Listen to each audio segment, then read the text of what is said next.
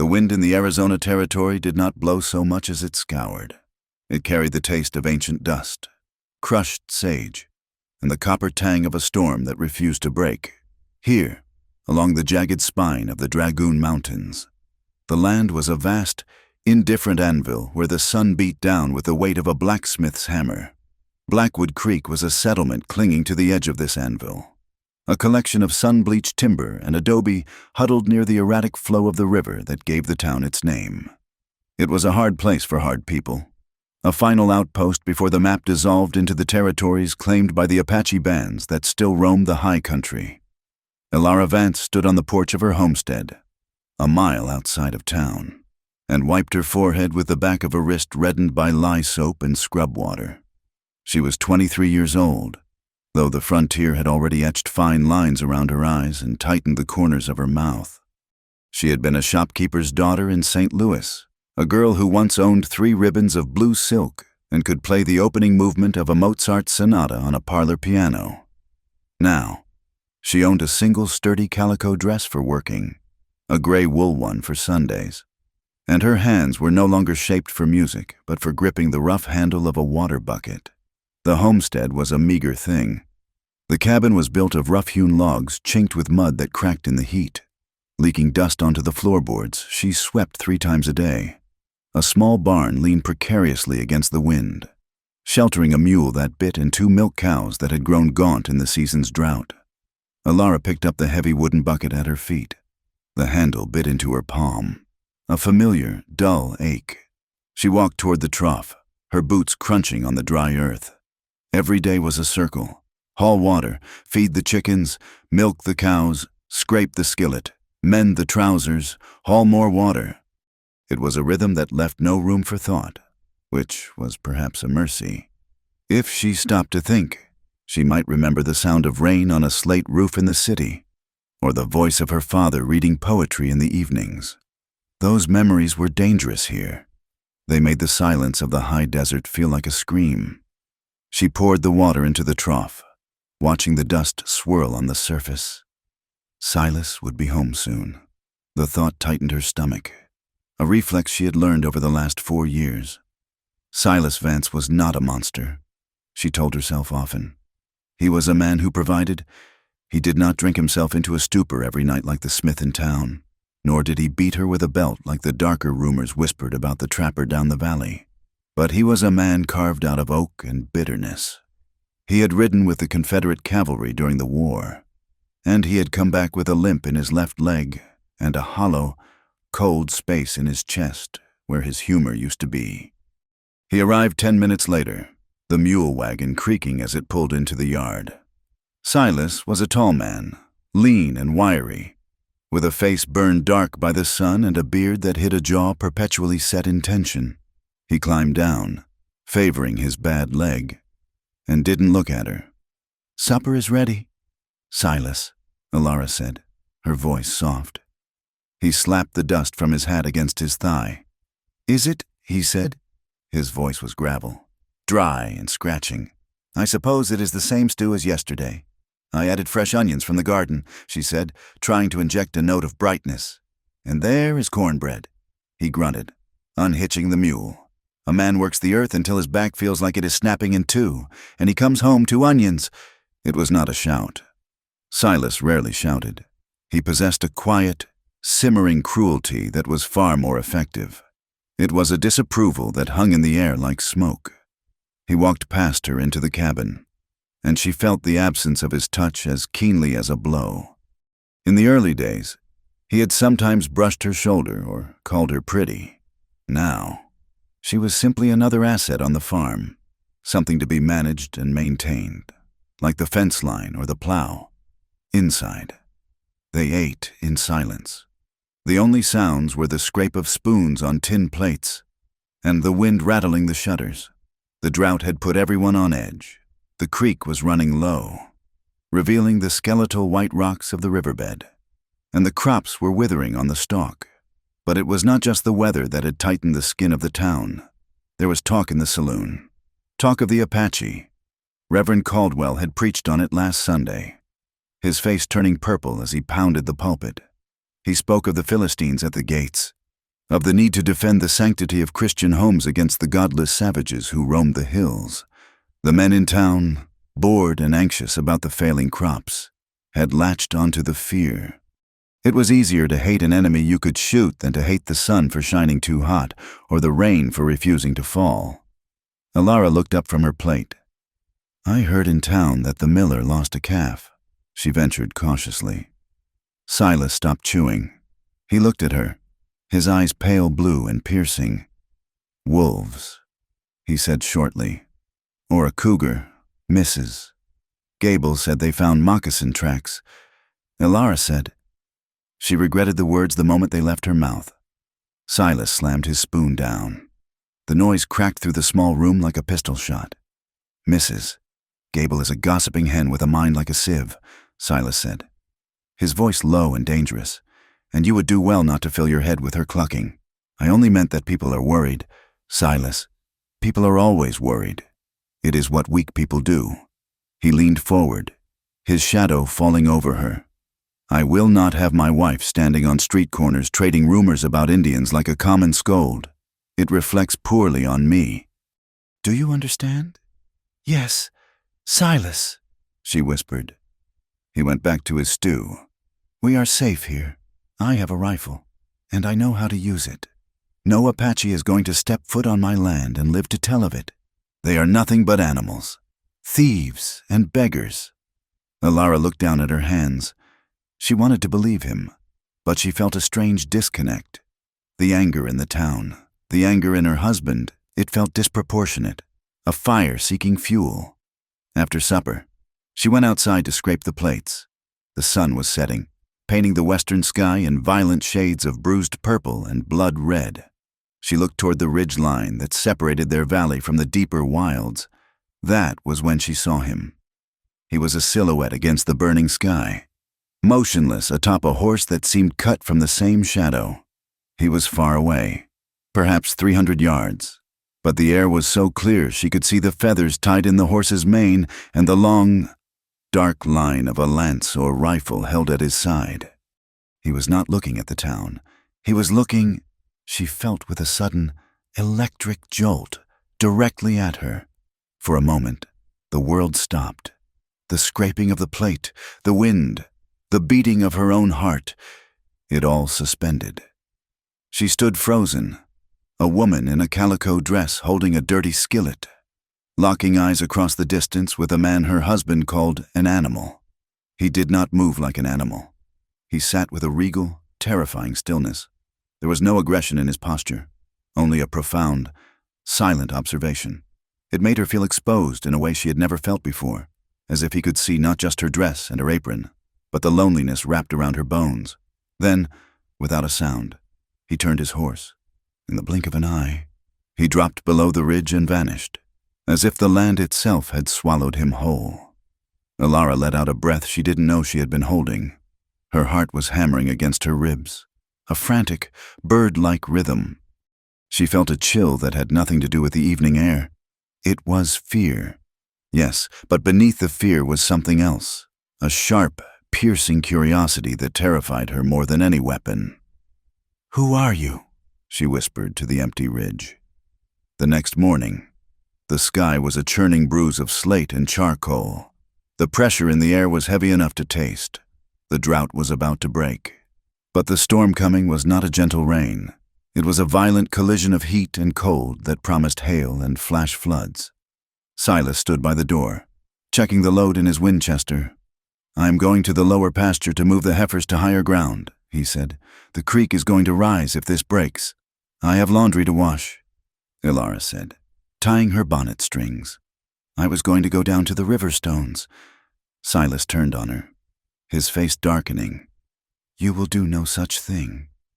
"Silas, the linens are filthy." And I said no. "Alara." He stepped closer, invading her space, using his height to intimidate.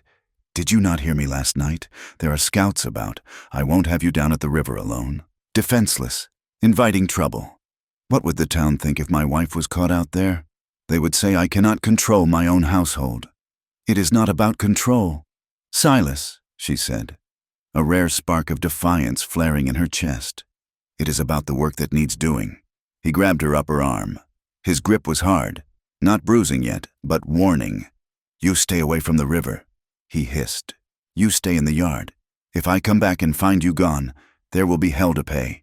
Do you hear me? I hear you, she said, staring at his chin because she could not bear to look at his eyes. He released her with a shove and marched out to the barn. She watched him ride away, his back stiff with self-righteous anger. She stood there for a long time, rubbing the spot on her arm where his fingers had dug in. The cabin felt suddenly suffocating. The walls seemed to lean in, heavy with the memory of his sharp words and the endless, grinding silence of their marriage. She looked at the pile of soiled shirts and sheets in the corner. If she stayed, she would spend the next 3 hours staring at the walls, waiting for him to return, waiting for the next criticism, the next cold shoulder. She needed air. She needed the sound of water. She needed, for just 1 hour, to belong to herself, moving with a sudden, feverish energy. She grabbed the laundry basket and the block of soap. She knew a spot downriver, hidden by a thicket of cottonwoods and willow, where the water ran over smooth, flat stones. It was a mile from where the men usually watered their horses. Silas would never know. He would be hours moving the cattle. She walked quickly, the wind whipping her skirts around her legs. The air smelled of ozone and wet sage. Thunder grumbled low in the distance, vibrating in the soles of her boots. It was reckless. She knew it was reckless, but the defiance tasted sweet, like stolen sugar. When she reached the riverbank, the water was already changing, usually a lazy, green ribbon. The creek was churning today, turning a murky brown as it ate at the mud banks. The current was faster than she expected, swirling around the reeds with a serpentine hiss. Alara set her basket down on a limestone shelf. She knelt, the damp cold of the stone seeping through her skirts. She plunged a shirt into the water, the shock of the cold making her gasp. It felt good. It felt real. She scrubbed hard, taking out her frustration on the rough cotton. The wind picked up, tearing the leaves from the cottonwoods in frantic bursts. The sky above turned a menacing shade of green-black. She should go back. She knew she should go back, but the solitude was addictive. For the first time in weeks, she didn't have to guard her expression. She could frown, she could weep, she could sing if she wanted to, and no one would judge her. She reached for one of the heavy woolen blankets. As she dipped it into the water, the current caught it. The fabric grew instantly heavy, jerking out of her soapy hands. "No!" she cried out. She lunged forward to grab the corner of the blanket. It was drifting just out of reach, swirling toward the deeper channel. Without thinking, she shifted her weight onto a patch of mud near the edge of the limestone. The earth gave way. It happened in slow motion and all at once. The bank she was kneeling on dissolved, turning from solid ground to liquid slurry. Alara's scream was cut short as she pitched forward. She hit the water with a bone-jarring splash. The cold was paralyzed. It wasn't just water, it was liquid ice, fed by the storm runoff from the high peaks. It seized her chest, squeezing the air from her lungs in a single, brutal compression. She tried to kick, but her skirts, yards of heavy calico and petticoats, instantly soaked up the water. They became an anchor, dragging her down. The river, which had looked merely fast from the bank, was a monster underneath. It tumbled her over, spinning her like a rag doll. Her head struck a submerged rock, and white light exploded behind her eyes. Water rushed into her mouth, tasting of mud and rot. She clawed at the water, her fingers scraping against slimy rocks, desperate for purchase. Silas was right. The thought flashed through her mind, absurd and terrifying. "I'm going to die, and he will be angry that I lost the blanket." The current smashed her against a submerged log. She gasped for air and got a mouthful of foam. The roar of the water was deafening, a thundering train in her ears. The gray light of the surface seemed to be moving further away. Her lungs burned with fire. Her limbs felt heavy, impossible to lift. The cold was seeping into her marrow, putting her muscles to sleep. She felt herself sinking. The panic that had thrashed in her chest began to fade, replaced by a terrible, dark peace. The river was taking her. Please, she thought, though she didn't know who she was asking. Not like this, not here. She drifted into the darker channel, her hair floating around her face like a halo of seaweed. Her hand raised one last time, a weak, grasping gesture toward the sky she could no longer see clearly. Then, something clamped around her wrist. It was not a branch. It was hard, warm, and undeniable. She was yanked upward with a force that nearly dislocated her shoulder. She broke the surface, gasping, vomiting water, coughing violently. The world was a blur of gray rain and green leaves. Strong arms hooked under her shoulders. She felt a solid chest against her back, hard as iron. A voice, low and guttural, rasped something in her ear, words she didn't understand, but the tone was urgent. She was dragged backward through the water. She tried to help, to kick, but her legs were useless tangles of wet fabric. The rescuer did all the work, fighting the current with powerful, rhythmic surges. They hit the mud of the bank. He didn't stop. He hauled her up, dragging her completely out of the water until she was lying on the grass, the rain beating down on her face. Alara rolled onto her side, retching water onto the earth. Her whole body shook violently. She couldn't breathe. Her throat felt raw and scorched. A hand touched her shoulder. It was firm, steadying her. She forced her eyes open. The rain was falling in sheets now, blurring her vision. But the face looming over her was distinct. It was him, the man from the ridge. He was kneeling beside her, water streaming from his long, black hair. His chest was bare, slick with rain and muscle, crossed by faint white scars. On his arm, a dark tattoo wrapped around the bicep, a geometric pattern of lines and arrows. He was looking at her with an intensity that cut through the storm. His eyes were dark, almost black, but they were not the eyes of a savage animal. They were wide with concern. He placed a hand on the center of her chest, pressing firmly to check her breath. His hand was large, warm, and calloused. "Breath," he commanded. The word was English, heavily accented but clear. Alara sucked in a ragged breath, her chest hitching. She stared up at him, unable to speak. She should be terrified. She was a white woman, alone, defenseless, staring up at an Apache warrior. Every story she had ever heard in the town told her that this was the moment of her death. But she did not feel death. She felt the heat of his hand through her soaked bodice. She saw the way he shielded her face from the driving rain with his body. She choked out, her teeth chattering so hard the words fractured. "I fell." He nodded once, a sharp jerk of his chin. "The river is hungry today." He pulled his hand back. Though his eyes didn't leave hers, he scanned her body quickly, looking for broken bones. His gaze professional and detached, yet undeniably intimate. She was plastered in wet cotton, every curve revealed, shivering uncontrollably. "Can you stand?" he asked. She nodded weakly. She tried to push herself up, her hands slipping in the mud. She got to her knees, but as she tried to put weight on her feet, her legs gave way. The cold had stolen her strength. She pitched forward. He caught her before she hit the ground. In one fluid motion, he swept her up. One arm went under her knees, the other around her back. He lifted her as if she weighed no more than a sack of grain. Alara gasped, instinctively clutching at him, her cheek pressed against his bare shoulder. His skin was incredibly warm, a furnace against her freezing chill. She could smell him, rain, wet leather, pine smoke, and the metallic scent of the river. "Put me down," she whispered. But it was a lie. She couldn't stand. If he put her down, she would lie in the mud until the cold took her. He ignored her. He turned and began to walk, his boots sinking deep into the sodden earth. Where are you taking me?" she asked, her voice muffled against his skin. "Home," he said. He walked with a steady, relentless pace. The storm was breaking directly overhead now. Thunder cracked like a whip, shaking the ground. Lightning sheeted across the sky, illuminating the world in stark, white flashes. Alara closed her eyes. The motion of his walking was hypnotic. She felt the steady thud, thud, thud of his heart against her cheek. It was a slow, powerful rhythm, completely at odds with the violence of the storm. It was the most comforting thing she had ever felt. Silas never held her. Not like this. Silas held things to possess them. This man held her to sustain her. Shame washed over her.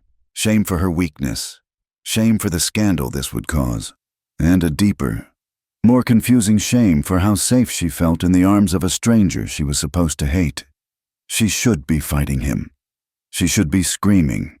Instead, she curled her fingers into the leather strap crossing his chest and held on. The journey seemed to take hours, though it was likely less than one. The rain soaked them both to the bone. The Apache did not falter. He breathed steadily through his nose, his grip never loosening, navigating the rocky terrain with a surety that bordered on supernatural. Finally, through the curtain of rain, the outline of the cabin appeared. The windows were dark. The barn door was banging in the wind. He carried her through the gate and into the yard. The mud sucked at his feet, but he marched straight for the porch. As they reached the steps, the cabin door flew open. Silas stood there. He was drenched, having just returned from the pasture. His hat was pulled low, water dripping from the brim. He held his rifle in one hand, the barrel pointed down, but his knuckles were white. He froze. The tableau was stark. The storm raged around them. But in the yard, there was a terrible, breathless silence. Silas looked at the Apache man standing at the foot of his porch. He looked at the savage's bare chest, the dark hair, the defiant stillness. Then his eyes moved to the bundle in the Apache's arms. He saw his wife. Her hair was wild and wet, plastering her skull. Her dress was ruined, clinging to her legs. She was pressed against the Indian's naked skin, her hand clutching his chest strap, her face pale as milk. Ilara lifted her head, her vision swimming. She saw Silas. She saw the look on his face. It was not relief. It was a mixture of shock, humiliation, and a rage so pure it looked like madness. His jaw clenched so hard she thought his teeth might shatter. The vein in his temple pulsed. The Apache did not retreat. He did not look down. He stood at the bottom of the steps, holding the white man's wife, and met Silas's stare with a calm, dangerous challenge. Silas raised the rifle barrel an inch. The rain hammered down between the two men, drowning out everything but the sound of their breathing and the thunder that rolled over the mountains like a war drum. The Apache man bent his knees, the movement fluid and controlled, and lowered Ilara to the wooden planks of the porch. He did not drop her, though his arms must have been burning from the weight and the distance. He set her down as one might place a fragile porcelain bowl upon a shelf, ensuring her boots found purchase on the slick wood before he withdrew his support. As his hands left her, Ilara felt the loss of his warmth with a sudden, physical shock. The wind, still driving rain across the yard, cut through her soaked dress, sending a fresh, violent shudder through her frame. She swayed, her equilibrium gone, and reached out blindly to clutch the rough timber of the porch post. She pulled her wet shawl tighter around her shoulders, though it offered no comfort, only the heavy, sodden weight of wool. Silas Vance did not move to help her. He stood 6 feet away, his boots planted wide, the stock of his Winchester rifle resting against his hip. His eyes were not on his wife, who stood shivering and blue-lipped, but on the man who had delivered her. The silence that stretched between the three of them was louder than the thunder rolling away toward the Dragoon Mountains. It was a silence thick with history, with blood, and with a humiliation that radiated off Silas like heat from a stove. Ilara looked at her husband. She saw the way his jaw worked, the muscle jumping beneath the skin. She saw the way his gaze flicked from the Apache's face to the dark, wet imprint of the man's hands on her own dress. In Silas's mind, she could see the thought forming, ugly and sharp. Another man had touched what was his, and not just another man, but an enemy, a savage. The Apache stood his ground. He did not lower his eyes, nor did he puff out his chest in a display of aggression. He simply waited, his breathing even, the rain slicking his long black hair to his skull and running in rivulets down the scarring on his chest. He looked at Silas with a calm, assessing detachment, as if watching a coyote pace a fence line. Alara forced air into her burning lungs. She had to break the silence before it snapped and killed someone. "Thank you," she whispered. The words were barely audible over the wind, but they seemed to echo in the yard.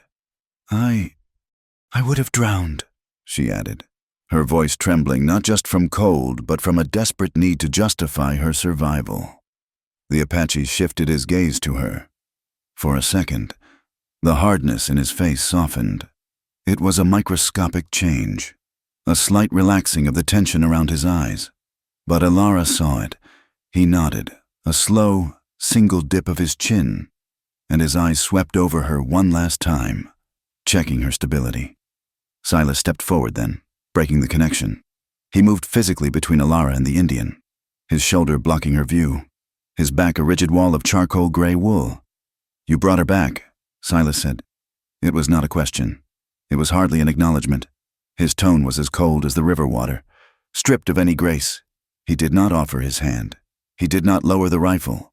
"She was in the river," the Apache said. His voice was deep, scraping against the sounds of the storm.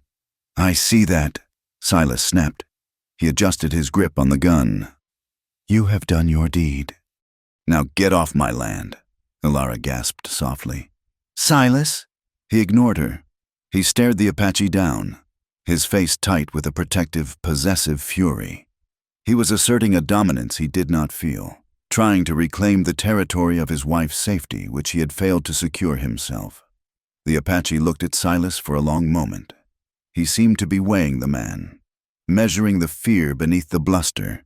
He sensed the invisible wall that stood between them, a wall built of decades of raids, broken treaties, and the unyielding belief in white superiority that Silas wore like armor. The Apache did not argue. He did not ask for payment, nor did he demand the gratitude that was his due. He simply stepped back. The rain washed over him, blurring his outline. He turned with a silence that was unnerving for a man of his size and began to walk away, dissolving into the gray curtain of the storm without looking back once. Silas watched him go until the darkness swallowed him. Only then did he turn to his wife. "Get inside," he commanded. Alara stumbled through the doorway, her teeth chattering so hard her jaw ached. The cabin was warm, the fire in the hearth still banking red coals, but she felt as though she would never be warm again. She collapsed onto the braided rug before the fire, water pooling around her. Silas slammed the door and threw the bolt. The sound was final, like a judge's gavel. He did not rush to get her a blanket. He stood over her, dripping water onto the floorboards. His face twisted in a scowl that frightened her more than the river had. "I told you," he said, his voice low and trembling with suppressed rage. "I told you not to go to the river. I just wanted to wash," Alara stammered, hugging her knees. "You defied me." Silas cut in. "You walked out of this house when I gave you a direct order. And look at you." He gestured at her with a jerky, violent motion, soaked to the bone, half drowned, and carried home in the arms of a buck Apache like a trophy. "He saved me." "Silas!" Alara cried out, a flash of anger cutting through her shock. "The bank collapsed. I didn't jump in. I fell. He pulled me out. He had his hands on you." Silas spat, the words tasting like bile in his mouth. "He carried you for a mile, pressed against him. He carried me because I couldn't walk," Alara shouted, her voice cracking. "I was dying. Silas, I was breathing water. Would you have preferred he left me there to rot in the mud?" Silas went still. The question hung in the air, heavy and accusing. For a terrifying second, Alara thought he might strike her. His eyes were dark voids. Seeing not his wife, but the image of her body cradled against the red skin of the enemy, it gnawed at his pride, a rat chewing on a nerve. He was the protector. He was the husband, and he had been moving cattle while a savage played the hero with his wife. "Get those clothes off," he said finally, turning his back to her. "You shame me. Alara, you shame this house." He walked to the window and stared out into the rain, his posture rigid. Alara sat on the floor, the fire crackling beside her. She began to unbutton her bodice with shaking fingers, tears hot and salty mixing with the river water on her face. She felt small. She felt dirty. But beneath the humiliation, a small, hard knot of anger began to tighten in her chest. She had nearly died. She had seen the gray face of the hereafter, and her husband's only concern was his own bruised ego. She stripped off the wet layers, wrapping herself in the rough wool blanket from the rocking chair. She huddled by the fire, but the warmth she sought wasn't coming from the hearth. It was a memory, a phantom sensation of strong arms and a steady heartbeat that had terrified and anchored her all at once. That night, the wind howled around the eaves of the cabin, searching for cracks to enter. The bed was cold. Silas lay on his side, facing the wall, his back a flat, unyielding landscape. He had not spoken to her since supper, which he had eaten in sullen silence. Ilara lay on her back, staring at the dark timber of the ceiling. Every time she closed her eyes, she was back in the water, the roar filling her ears. She would jerk awake, gasping, her heart hammering. And then she would remember the moment he lifted her. It was a confusing, dangerous memory. She was a married woman, a Christian woman. She knew what the Apache were. She knew the stories of raids and scalpings, the fear that permeated the territory. She knew she should feel revulsion at his touch, but she didn't. She remembered the way his hands had been firm but not groping. She remembered the concern in his dark eyes.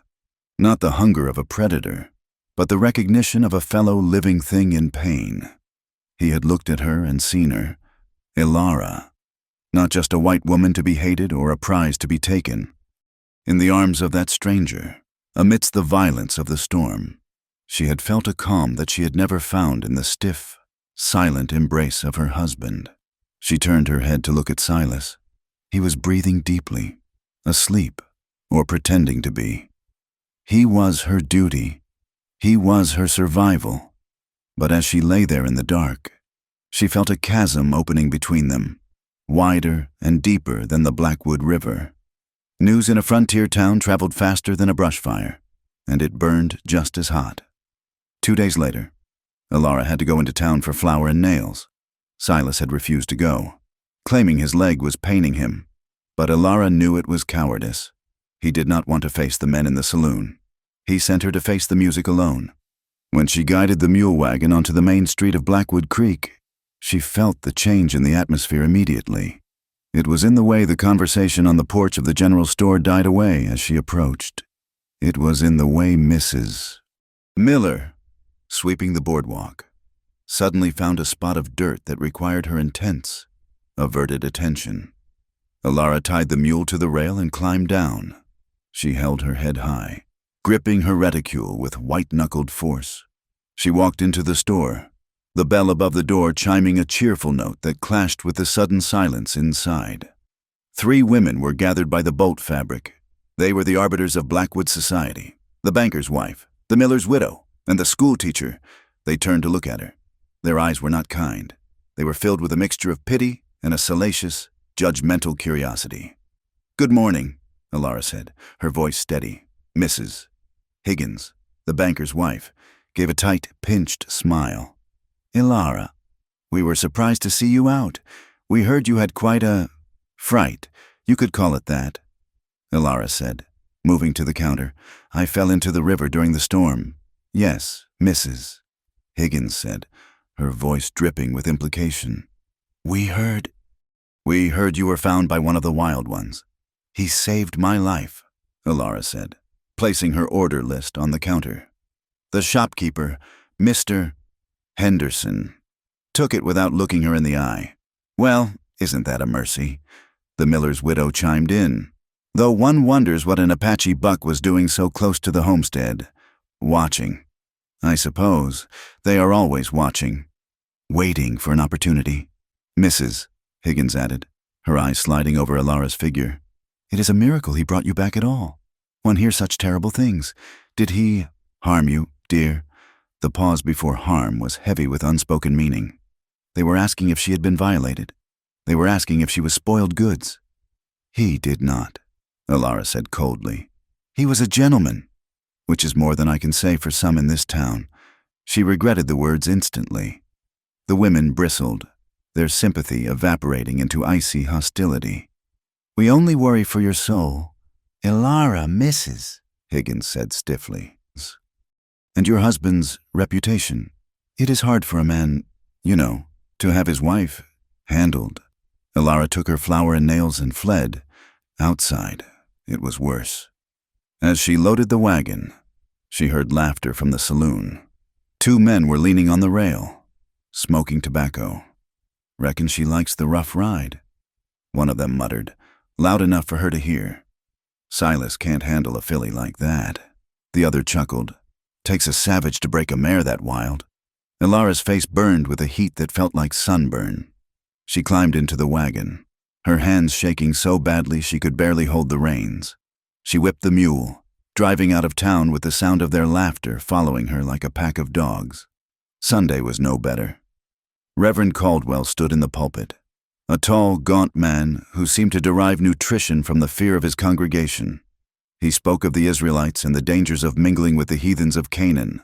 "We must guard our hearts," he thundered, slamming his hand on the Bible. "For the devil does not always come with horns. Sometimes he comes with the allure of the forbidden. We must keep our distance from the dark places of the earth. We must keep our women close and our faith closer.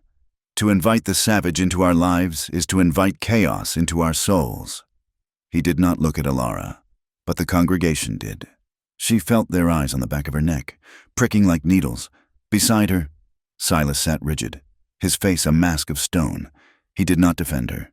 He did not squeeze her hand. He absorbed the shame, and she knew, with a sinking heart, that he would make her pay for it later. She was isolated, completely and utterly alone. Yet, in the quiet moments, when she was milking the cow in the dawn light, or pinning laundry to the line, she let her mind drift. She stripped away the preacher's words and the town's poison, and she returned to the truth of the river. She remembered the strength of the arm around her waist. She remembered the way he had shielded her from the rain. It was a secret warmth, a small, glowing ember in the ash heap of her life. She felt guilty for it, but she could not extinguish it. High in the foothills, miles from the settlement, the man known among his people as Kele sat by a small fire. The camp was a poor thing. Once, his band had roamed the plains, following the buffalo, living in the abundance of the land. Now, they were pushed to the rocky margins, squeezed between the army patrols and the expanding settlements. There were only 30 of them in this group. Old men, women, children with ribs showing through their skin, and a handful of warriors too stubborn to go to the reservation agencies where the beef was rotten and the blankets carried sickness. Kele sharpened his knife with a rhythmic scrape of whetstone on steel. He was 30 years old, a survivor of wars he had not started. He had lost a wife to fever and a brother to a soldier's bullet. He had learned that the white man was a creature of greed and noise, but he could not forget the woman in the water. He had watched the homestead for weeks, not out of malice, but out of necessity. The river was a boundary, and he needed to know if the settlers were planning to move further up the valley. He had seen the woman working. He had seen the way she stopped to look at the sky, her face full of a longing that mirrored the hollowness in his own chest. When she fell, he had not thought, he had acted. It was the instinct of life preserving life. Now, she haunted him. He knew the trouble he had caused her. He had seen the husband's face, the weak, angry chin, the fear masking itself as hate.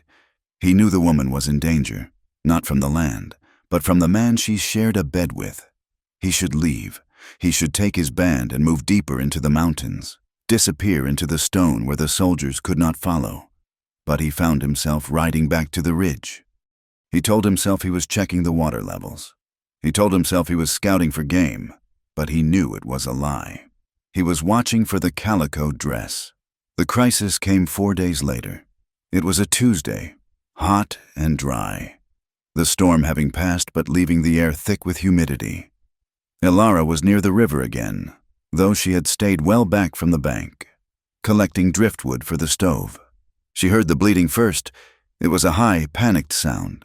She followed the noise to a muddy inlet where the water had receded, leaving deep, treacherous silt. A calf. One of the few precious young animals Silas owned had wandered down for a drink and become mired. The mud was up to its belly. The more it struggled, the deeper it sank. "Oh no," Alara breathed. She dropped her wood and ran to it. The calf rolled its eyes at her, bawling. Alara grabbed its neck, trying to pull, but the suction was incredible. She was not strong enough. She pulled until her boots slipped in the muck, coating her hem in slime. But the calf didn't budge. If Silas found out she had lost a calf, his rage would be uncontainable. "Please," she grunted, heaving with all her might. "Come on." She was crying now, tears of frustration and fear. She was going to fail again. "Need help?" The voice was soft, coming from the reeds. Alara spun around, nearly losing her balance. Kelly stood there. He was on foot this time, leading his horse. He wore a faded calico shirt and buckskin leggings. He looked tired, dust coating his skin, but his presence was as solid as a boulder. He dropped the reins and walked toward her. He didn't ask for permission. He moved with a quiet efficiency. Alara stepped back, her heart leaping into her throat. "You, grab the tail," he said. "I will take the head." He waded into the mud, his moccasins sinking deep. He didn't seem to care. He wrapped his arms around the calf's chest, leaning close to the animal's ear, murmuring something in his own tongue. The calf stopped thrashing. "Now," he said, "pull." Alara grabbed the slick, muddy tail. On his count, they heaved together. Kelly groaned, the muscles in his back bunching under his shirt. With a sickening sucking sound, the mud released its hold. The calf popped free, scrambling onto the solid bank, shaking itself violently and spraying them both with mud. Alara stood panting, her hands filthy. Kelly stepped out of the muck, wiping his hands on the grass. They stood 3 feet apart, breathing hard in the quiet of the afternoon. "You are always saving us," Alara said, a breathless laugh escaping her. "The river is tricky," Kelly said. He looked at her, his gaze dropping to her arm. Alara's sleeves were rolled up, on her forearm, vivid and purple against her pale skin. Was the bruise Silas had left when he grabbed her the day of the storm? Kelly's eyes narrowed. He stepped closer, his focus intense. "The river did not do that," he said quietly. Alara instinctively covered the bruise with her other hand, pulling her sleeve down. I bumped into the doorframe," she lied. "It was a clumsy lie." Kelly looked at her face. He saw the fear there, the flinch in her eyes. He knew the look. He had seen it on the faces of captive women, on the faces of people who lived under the whip. "A doorframe does not have fingers," he said. The air between them changed. It was no longer just gratitude. It was an acknowledgement of a shared, painful reality. He was seeing her secret shame, and instead of judging her, his eyes held a profound, sorrowful anger on her behalf. "You should not be here," Alara whispered. "If he sees you, he does not deserve you," Kelly said. The words were simple, spoken without heat, as if stating a fact like the sky is blue or the water is wet. Alara felt the world tilt. No one had ever said she deserved anything. She was a wife. She was a worker. She was a possession. "I have to go," she said, panic rising. "Thank you," she added, her voice breaking. "For the calf. For everything." She turned to run, but she stopped. She looked back at him. He was standing still, watching her with that same intense, magnetic gravity. "Be safe," he said.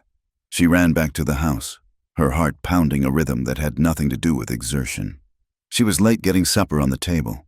She was flustered, her hair messy, mud still on her boots that she hadn't scrubbed off properly. Silas came in from the barn. He smelled of sweat and manure. He looked at her. Then he looked at the mud on her skirt. "Where were you?" he asked. "The calf was stuck," Alara said, stirring the beans too quickly. "Down by the inlet. I had to pull it out." "By yourself?" Silas asked. His eyes were suspicious slits. "That calf weighs 200 pounds. I managed," she said. Adrenaline gave me strength. Silas walked over to her. He reached out and grabbed her chin, forcing her to look at him. "You are lying to me, Elara. I am not. I saw the tracks," he said, his voice dropping to a hiss. "I saw the horse tracks on the ridge. I saw you running back toward the house like you had done something wrong." He let go of her chin and grabbed her wrist, the same one he had bruised before. He squeezed, hard. Elara cried out. "Who was out there?" he demanded. "Was it him? Was it that buck?" "Silas, you're hurting me." "Answer me," Silas shouted, shaking her. "Have you been meeting him? Is that why you go to the river? Do you let him put his hands on you? Do you like the way a savage touches you better than your own husband?" The accusation was so vile, so steeped in his own insecurity and hatred, that Elara snapped. "Yes!" she screamed. Silas froze, his face going slack with shock. "Yes, it was him!" she cried, tears streaming down her face. "He helped me save your calf because I couldn't do it alone." "He helped me because he is kind." She wrenched her arm free from his grip. "He saved me from the water, and he saved your property today, and all you can do is hate him for it. All you can do is bruise me and call me names." She backed away from him, chest heaving. "I did nothing wrong. Silas, I have been a faithful wife. I have worked myself to the bone for you, but I cannot help that he is a better man than you are." The silence that followed was terrifying. Silas stood there, his face turning a mottled red. The truth of her words hung in the air, a poisonous vapor. He raised his hand, and for a second, Elara thought he would kill her, but he didn't strike. The truth had cut too deep for a simple slap to fix. He looked at her with pure, unadulterated loathing. He lowered his hand slowly. "You are sick," he whispered. "You are tainted." He turned and walked into the bedroom, slamming the door. Elara stood in the kitchen, shaking uncontrollably. She looked at the bean pot bubbling on the stove. She looked at the empty table. That night, she did not go into the bedroom. She took a blanket and lay on the floor by the dying fire. The wind rattled the windows, but inside, the house was dead quiet. The distance between her and Silas was no longer a gap. It was a canyon, and somewhere out in the dark, under the vast, indifferent stars, an Apache man was watching the house, and she knew, with a terrifying certainty, that her heart was out there with him. The season turned on them with the cruelty of a rattlesnake striking from the shade, just as the spring hinted at mercy. A late frost descended from the high peaks. It came in the black hours of the morning, a silent, glittering killer that settled over the valley floor. When the sun rose, the young bean shoots and the fragile stalks of corn were stiff and white, encased in ice. By noon, as the heat returned with a vengeance, the crops wilted into black, rotting slime. Then the rain stopped. For 40 days, the sky was a sheet of hammered iron. The clouds that gathered over the Dragoon Mountains were dry ghosts, teasing the settlers with the promise of moisture before dissolving into the haze. The wind stripped the topsoil from the fields, sending it spiraling into dust devils that danced across the homesteads like restless spirits. The Blackwood River, which had been a raging monster only weeks before, began to starve. It retreated from its banks, leaving behind a wide, cracking scar of dried mud. The deep pools where the catfish used to swim turned stagnant and green, buzzing with clouds of mosquitoes that descended on the town at dusk. In Blackwood Creek, the mood shifted from anxiety to a low, vibrating panic. The general store began to ration flour and sugar. Prices climbed until a sack of coffee cost more than a man could earn in 3 days of labor. On the Vance homestead, the silence between Elara and Silas grew as brittle as the dead corn stalks. Silas fought the land with a desperation that bordered on madness. He spent 14 hours a day in the fields, hauling buckets of water from the shrinking creek to the few rows of vegetables that had survived the frost. His hands became claws, permanently stained with dust and cracked from the dry air. But for all his labor, the earth refused to yield. Failure sat on his shoulders like a yoke. He could not look at Elara without seeing his own inadequacy reflected in her eyes. To escape the suffocating quiet of the cabin, he began to stay later in town. He told her he was looking for work, perhaps shoeing horses or mending fences for the larger ranchers. But Elara smelled the truth on him when he returned long after dark. He smelled of stale tobacco and cheap whiskey. She knew he was at the saloon, sitting at the poker tables, gambling away the little coin they had left in a futile attempt to wrestle luck back to his side. His temper, always short, was now a hair trigger. "Where's my blue shirt?" he demanded one morning, tearing through the trunk at the foot of their bed. "It is on the line." "Silas," Ilara said, kneading dough that was more grit than flour. "It is torn," he snapped. "There is a hole in the shoulder. Do you do nothing all day? I work until my back breaks, and I cannot even have a whole shirt to wear among men. I mended it twice. Silas, the fabric is rot. It cannot hold the stitch. Don't you talk back to me," he shouted, turning on her. "You have time to wander the riverbanks. You have time to hum to yourself like a simpleton. You have time to fix my shirt." Ilara said nothing. She had learned that silence was the only shield that worked. She let him storm out. Let the door bang against the frame. Let the dust settle. She took on more burdens to fill the hollow hours. She hauled the water herself to spare the mule, carrying 2 heavy buckets a half-mile from the creek 6 times a day. She tended the chickens, fighting off the foxes that grew bold with hunger. She patched Silas's clothes until they were more thread than cloth, and when the weight of the heat and the loneliness became too much to bear, she stole away to the river. It was a dangerous comfort. The town was still whispering, "Mrs." Higgins crossed the street to avoid walking near her. The preacher still sermonized about the weakness of Eve, but Ilara needed the river. She needed to see the place where she had almost died, because it was the only place she felt entirely alive. The spot where she had fallen was now a dry shelf of limestone, the water having receded 10 feet. The roots of the willow tree were exposed, looking like tangled bones. One Tuesday afternoon, she walked down to the bank, her eyes scanning the ground for driftwood. The air was thick with the drone of cicadas. She stopped, on a flat, smooth rock near the base of the willow. Something was resting. It was not a random deposit of the flood, it was deliberate. A small stack of river stones, balanced with impossible precision, stood in a perfect pyramid, and tied to the top stone with a strip of cured leather was a single hawk feather. Ilara's heart hammered against her ribs.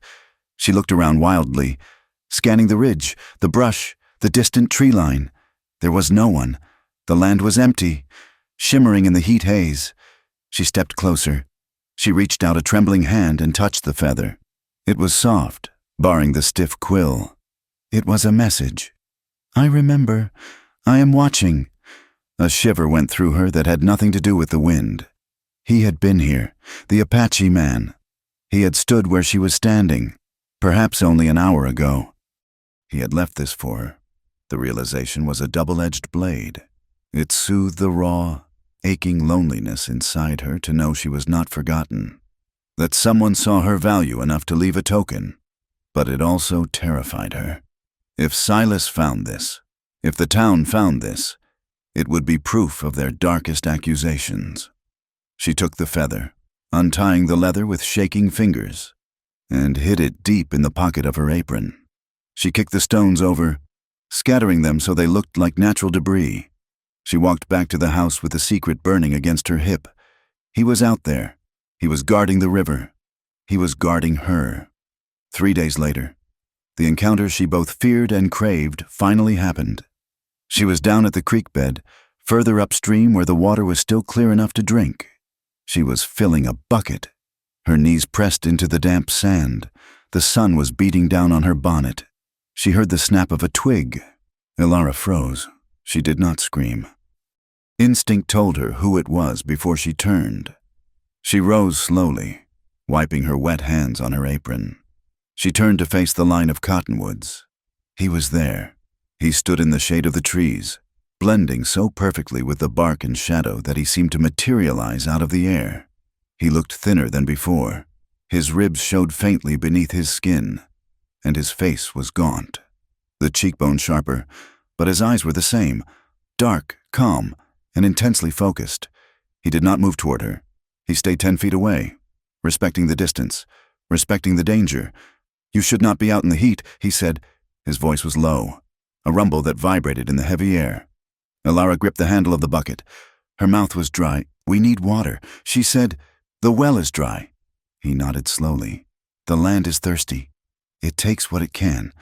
He stepped out of the shadow, the sunlight catching the scar on his shoulder. He held something in his hand. He walked forward slowly, broadcasting his lack of aggression, and placed the object on a flat rock between them. "You lost this," he said. He stepped back again. Elara looked down. It was her hair comb, the tortoiseshell comb her mother had given her before she left St. Louis. She had lost it the day she fell in the river, assuming it was gone forever, buried in the silt. She looked at him, tears pricking her eyes. "You found it," she whispered. "I looked for it," he said. The simplicity of the statement took her breath away. He had looked for it. He had sifted through the mud and the reeds, risking capture, risking death, to find a piece of plastic and shell because it belonged to her. "Thank you," she said. Her voice shook. "Thank you, Kele."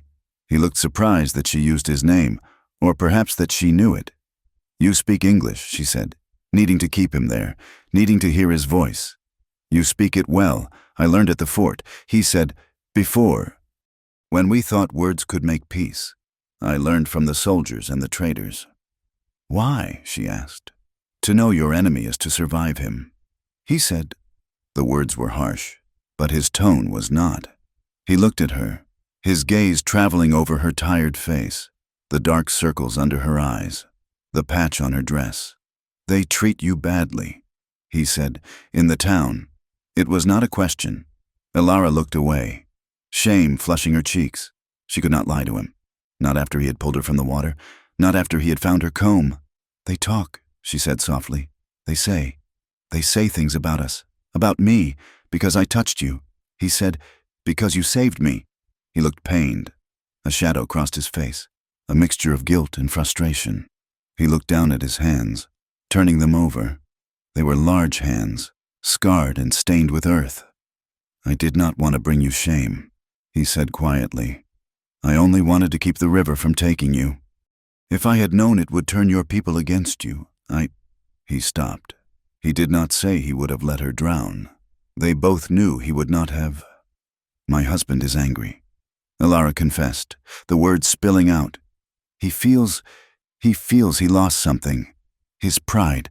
He hates you. And because he hates you, he cannot forgive me." Kele looked up, his eyes hardening. "He is a fool," he said, "to hate the hand that gave him back his life." He took a step closer, breaking the invisible barrier he had set for himself. "Does he hurt you?" Elara instinctively touched her wrist, though the bruise had faded to a yellow echo. "He is unhappy," she said, defending the indefensible out of habit. "The drought, the farm." "Does he hurt you?" Kele repeated, his voice harder. "He has a temper," she whispered. Kele let out a breath, a sharp hiss of air through his teeth. He looked away, toward the horizon where the heat waves shimmered. "I have seen men like him," he said. "Men who want to own the world, and when the world does not obey, they strike what is closest." He looked back at her. Elara saw the scars on his chest more clearly now. There was a jagged line running down his forearm, puckered and white. "You have scars too," she said, daring to speak of it. He glanced at his arm. "From the soldiers," he said, 7 years ago. We were camped in the valley. They came at dawn. They did not ask for peace then." He looked at her, and for a moment, the mask of the warrior slipped. She saw a deep, ancient weariness.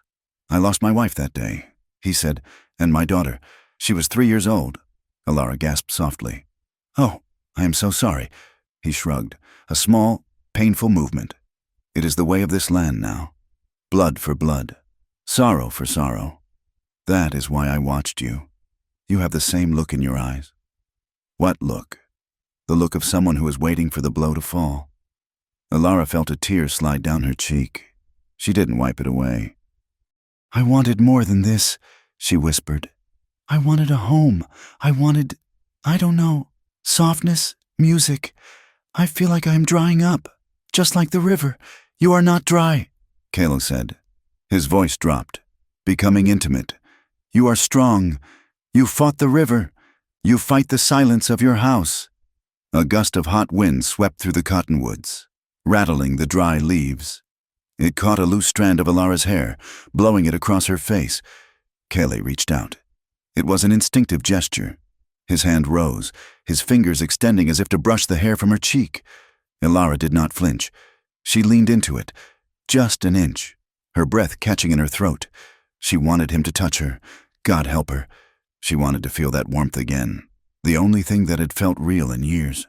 His fingers hovered inches from her skin. She could feel the heat radiating from them. The air between them crackled, charged with a magnetic pull that was terrifying in its intensity. For a heartbeat, they stood suspended in time. Two enemies, two outcasts, two lonely souls finding a mirror in the other. Then, Kaylee pulled his hand back. He clenched it into a fist at his side. "If I touch you," he said, his voice rough, "they will kill us both." Alara let out a shaky breath. She nodded. "Yes." He stepped back, retreating into the shade. "Be careful." "Alara," he said. "The men in town, they are talking of riding out. They are looking for someone to blame for the hunger." "I know," she said. He looked at her one last time, searing her image into his mind. "Do not come to the river tomorrow. It is not safe." Then he turned and melted into the brush, silent as a ghost, leaving her alone with her comb and her breaking heart. The town of Blackwood Creek was a powder keg, and the whiskey flowing at the Golden Steer Saloon was the match. That evening, the air in the saloon was thick with smoke and the smell of unwashed bodies. 30 men were gathered, their faces flushed with drink and anger. Silas Vance sat at a table near the bar, a half-empty bottle in front of him. He had lost $4 at faro, money he had sworn to use for seed. The shame was a hot coal in his gut. At the front of the room, a man named Jeb Miller stood on a chair. Jeb was a former cavalry scout, a man with a missing ear and a hatred for the Apache that bordered on religious fervor. "They are laughing at us," Jeb shouted, waving a heavy pistol. "They steal our cattle while we starve. They creep around our homesteads, peeping at our women." A roar of agreement went up from the room. "We sit here and pray for rain," Jeb yelled, "while they sit in the hills and fatten themselves on our beef. I say enough. I say we remind them whose land this is." "Hear, hear," someone shouted. Silas gripped his glass. He thought of the Apache on his porch. He thought of Alara's wet dress. He thought of the humiliation burning in his chest every time he walked down the street. "We need to ride out," Jeb continued. "We need a patrol, a posse. We go up into the foothills, and we clear them out. Every camp, every brave. We make them fear the name of Blackwood Creek." Silas stood up. The chair scraped loudly against the floorboards. The room turned to look at him. "I'm in," Silas said. His voice was slurred but loud. "That buck, the one by the river, he's mine." Jeb Miller grinned, a jagged showing of yellow teeth. "That's the spirit. Vance, we ride in 2 days. Let's get the supplies. Let's get the guns. We're going hunting, boys." The room erupted in cheers. Silas downed his drink, feeling a surge of power for the first time in months. He would kill the savage. He would wipe the stain from his name. He would make Alara look at him with respect again. Or, by God, he would make her look at the corpse of the man she defended. Alara was waiting when Silas came home. She was sitting in the rocking chair, mending a pair of trousers by the light of a tallow candle. She heard the mule in the yard, the stumbling footsteps on the porch. Silas burst through the door. He looked wild. His eyes were bright with liquor and a manic energy. He didn't yell at her. He looked at her with a strange, frightening grin. "Pack my saddlebags," he said. Alara set the sewing down. Her heart went cold. "Where are you going?" "Silas? Hunting," he said. He walked to the gun rack and took down the Winchester. He began to wipe the barrel with a rag. "Hunting what?" she asked, though she knew. She felt the bile rising in her throat. "Coyotes," Silas said. "Two-legged coyotes." He turned to her, swaying slightly. "The town is raising a posse. We ride on Thursday. We're going to clean out the hills. No more thieves, no more savages lurking in the bushes." Alara stood up. Her legs felt weak. "Silas, no, you can't," he laughed, a harsh, barking sound. "I can, and I will." I'm going to find that friend of yours, the one who likes to put his hands on white women, and I'm going to put a bullet between his eyes." "You don't know what you're doing," Alara pleaded, stepping toward him. "They are starving too. Silas, they have families." "Families," Silas spat. "They are animals. And you." He stepped close to her, smelling of whiskey and hate. "You better pray I kill him, Alara, because if I find out you've been seeing him, if I find out you've been letting him near you—" He didn't finish the threat. He didn't have to. He turned and went into the bedroom, falling onto the bed with his boots still on. Within minutes, he was snoring. Alara stood in the main room. The candle flickered, casting long, dancing shadows on the walls. She felt a terror she had never known. It wasn't just fear of violence. It was the realization that the man she loved, yes, she admitted it to the empty room, she loved the Apache, was going to be hunted down like a dog by the man she had sworn before God to obey. She went to the window and looked out at the dark silhouette of the hills, somewhere out there. Kelly was sleeping, or watching the stars, unaware that the hammer was pulled back and ready to fall. She sank to her knees on the hard floor. She clasped her hands together. She had been raised to pray for strength, to pray for purity, to pray for her husband's wisdom. But tonight, the words that came were different. "Lord," she whispered into the darkness, "protect him. Keep him safe from my husband. Keep him safe from us." She knew it was a sin to pray against her own people. She knew the preacher would call it blasphemy. But as she knelt there, feeling the phantom warmth of Kel's hand near her face, she knew that the law of the church and the law of the heart were two different things. And for the first time in her life, she was choosing the heart. She blew out the candle, plunging the room into darkness, and waited for the dawn that would bring the beginning of the end. The violence arrived on a Tuesday, carried into town not by a storm or a drought, but by a mule with a wandering eye and a wagon painted in peeling blue. It was the wagon of Elias Thorne, a peddler who traveled the circuit between Tucson and the smaller settlements, selling tin pots, calico, and medicinal tonics that were mostly whiskey and brown sugar. His wagon rolled into Blackwood Creek at noon, but Elias was not driving it. The reins were dragging in the dust, and the mule, sensing the wrongness of the burden it pulled, had wandered aimlessly until it stopped in front of the livery stable. The stable boy was the first to look inside the canvas cover. His scream cut through the midday heat like a jagged piece of glass. Within 10 minutes, half the town had gathered. Sheriff Brady, a man whose belly hung over his belt and whose patience had evaporated with the water levels, pushed through the crowd. He pulled back the canvas flap. Elias Thorne lay amidst his scattered wares. An arrow was driven deep into his chest, the shaft painted with red and black stripes. His pockets were turned out, and the cash box was gone. "It does not take a tracker to read this," Jeb Miller shouted, spitting tobacco juice into the dirt. "It is the Apache. They have stopped stealing cows and started killing men." A low murmur of anger rippled through the crowd. It was a sound like dry brush catching fire, crackling, hot and dangerous. The fear that had been simmering for weeks, fed by the drought and the failing crops, suddenly found a focal point. It did not matter that the arrow fletching looked different from the local style, or that Elias Thorne was known to carry large sums of gold and often gambled with drifters on the road. The town saw only what it expected to see, a savage attack on a civilized man. Silas Vance was standing at the edge of the crowd. He had come into town to buy seed on credit, a humiliating task that had already soured his mood. As he looked at the dead man, a strange transformation came over him. The slump in his shoulders vanished. The dull, defeated look in his eyes was replaced by a sharp, glittering purpose. "This is war," Silas said. His voice was not loud, but in the hush of the street, it carried. "They are laughing at us. They think we are weak because we let them live in our hills." Sheriff Brady wiped sweat from his neck. "Now, settle down. Silas, we need to send word to the fort. Let the cavalry handle this." "The cavalry?"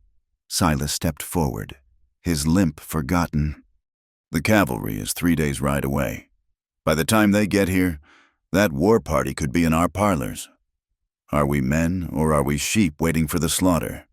Jeb Miller stepped up beside him, clapping a hand on Silas's shoulder. Vance is right. We don't need soldiers. We need a posse. We ride out, find their camp, and put the fear of God into them. The crowd roared its approval. The air was electric with violence. For Silas, it was intoxicating. For the first time in years, he was not the failed farmer with the barren wife and the withered fields. He was a leader. He was a protector. He was a man. The sun was bleeding into the western horizon when Silas returned to the homestead. He rode the mule hard, kicking up a cloud of dust that coated the laundry Alara had just hung on the line. She was in the kitchen, chopping carrots for a stew that was mostly broth. When the door opened, she knew instantly that something was wrong. Silas did not hang up his hat. He did not wash his hands. He walked straight to the mantel and took down the box of ammunition. "What happened?" Alara asked, wiping her hands on her apron. "Silas, what is it? They killed a traitor," Silas said. He began to shove cartridges into his pocket. "Elias Thorne found him dead in his wagon with an arrow in his heart." Alara felt a cold knot tighten in her stomach. "Who? Who killed him?" "Who do you think?" Silas snapped. "The savages. The Apache. Are you sure?" Alara asked. She moved toward him, her voice trembling. "Silas, Elias Thorne carried gold. It could have been bandits. It could have been anyone." Silas stopped loading the gun. He turned to her, his face flushed with a dark, ugly heat. "You are quick to defend them," he said. "A white man lies dead, butchered like a hog, and your first thought is to make excuses for the Indians." "I am not making excuses," Alara said, trying to keep her voice calm. "I am only saying that we do not know. If you ride out there in anger, you might hurt innocent people." "Innocent?" Silas laughed, a harsh, barking sound that lacked all humor. "There is no such thing. They are all guilty. If they didn't kill Thorne, they killed someone else. Or they will. It is in their blood." He grabbed his coat. "I am riding out at first light. The sheriff is deputizing a posse. We are going to scour the foothills. If we find a camp, we burn it. If we find a buck, we shoot him." Alara's heart hammered against her ribs. She thought of Kelly. She thought of the tired women and children she had imagined in his camp. She thought of the man who had pulled her from the river, who had looked at her with such grave, gentle eyes. "Silas, please," she begged, reaching out to touch his arm. "Do not do this. Vengeance belongs to the Lord. If you go out there looking for blood, you will find it, but it will not wash away the drought. It will not save the farm." Silas looked down at her hand on his sleeve. He looked at it with a mixture of disgust and suspicion. "Why do you care so much?" he asked softly. "I care about you." She lied, though it was a half-truth. She cared about his soul, even if she no longer loved the man. "I don't want you to be a murderer." He pulled his arm away violently. "You don't care about me," he spat. "You care about him." The words hung in the air, vibrating with tension. "I know you—" "Alara," he hissed, stepping closer. "I see the way you look at the river. I see the way you sigh when you think I am not looking. You have been bewitched. You are thinking of that savage. You are thinking of his hands on you." "Silas, stop," she whispered, backing away. He followed her, his eyes wide and manic. "Does it excite you?" he demanded. "The thought of a wild animal? Does he seem like more of a man than me because he carries a knife instead of a plow? Is that it? Have you been unfaithful to me in your heart, Alara? I have been a good wife to you." Alara cried, her back hitting the edge of the rough-hewn table. "I have worked. I have starved with you. I have never looked at another man." "Liar!" Silas shouted. In a spasm of raw cruelty, he reached out and grabbed her by the shoulders. He did not mean to strike her, perhaps, but his grip was iron hard, fueled by whiskey and a decade of failure. He shook her, as if he could physically rattle the image of the Apache out of her mind. "Tell me you hate him," he screamed, shaking her so hard her teeth snapped together. "Tell me you want him dead." "I won't," Alara sobbed, trying to twist away. "He saved my life." Silas roared with incoherent rage and shoved her backward. It was a clumsy, brutal motion. Alara stumbled. Her feet tangled in her heavy skirts, and she fell hard. Her shoulder struck the corner of the heavy oak table with a sickening thud before she hit the floor. Pain exploded down her arm, hot and white. She cried out, clutching her shoulder, curling into a ball on the dust-covered floorboards. The room went silent. Silas stood over her, his chest heaving. He looked at his hands, then at his wife cowering on the floor. For a second, the rage flickered out, replaced by a look of horror. He took a half-step toward her.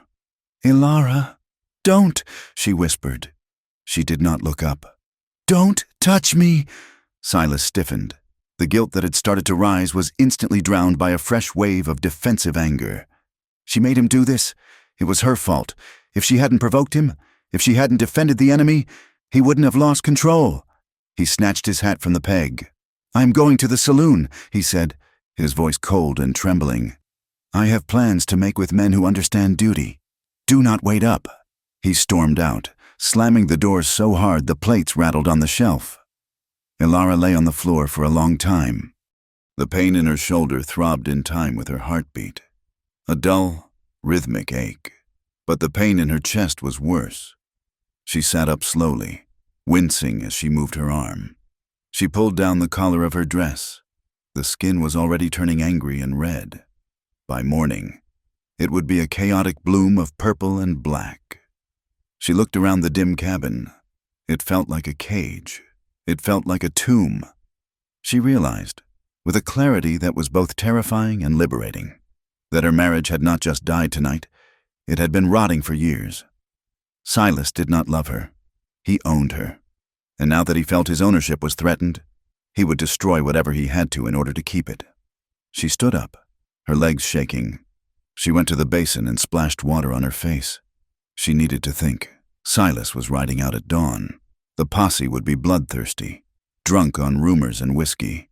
They wouldn't care which Apache they found. She had to warn him. The dawn came gray and ghostly. A thick mist had rolled off the river, clinging to the low ground like a shroud. The air was cold, biting through the thin shawl Ilara wrapped around her shoulders. She left the cabin while Silas was still snoring in the bed, fully clothed, smelling of stale spirits. She moved like a shadow across the yard, past the sleeping chickens, past the silent barn. She did not take the path. She cut through the tall, dry grass, the dew soaking the hem of her dress. The river was a ribbon of silver fog. She could barely see the water through the mist. It was a place of secrets, a place between worlds. She reached the old willow tree and stopped. The silence was absolute, broken only by the soft gurgle of the water over the stones. "Kayla," she whispered. There was no answer. Panic flared in her chest. Had he moved on? Was she too late? Then a shape detached itself from the trunk of a cottonwood 10 yards away. He was there. He looked as if he hadn't slept in days. His eyes were shadowed, and he held his rifle loosely in one hand. He wore a heavy serape over his shoulders against the damp chill. He walked toward her, stopping a few feet away.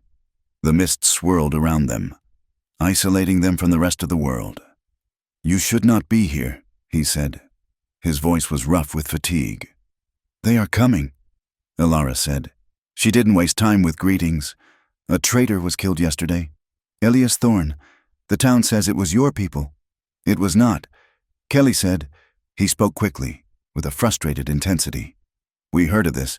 It was Comancheros, bandits from the south. We saw their tracks 2 days ago crossing the wash. They killed the man and took the gold." "It doesn't matter," Ilara said, her voice rising in desperation.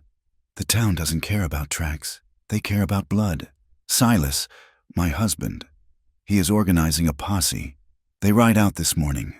They're coming to burn everything. Kelly, they want to kill everyone they find." Kelly's jaw tightened. He looked toward the town, his eyes narrowing. "I expected this," he said softly.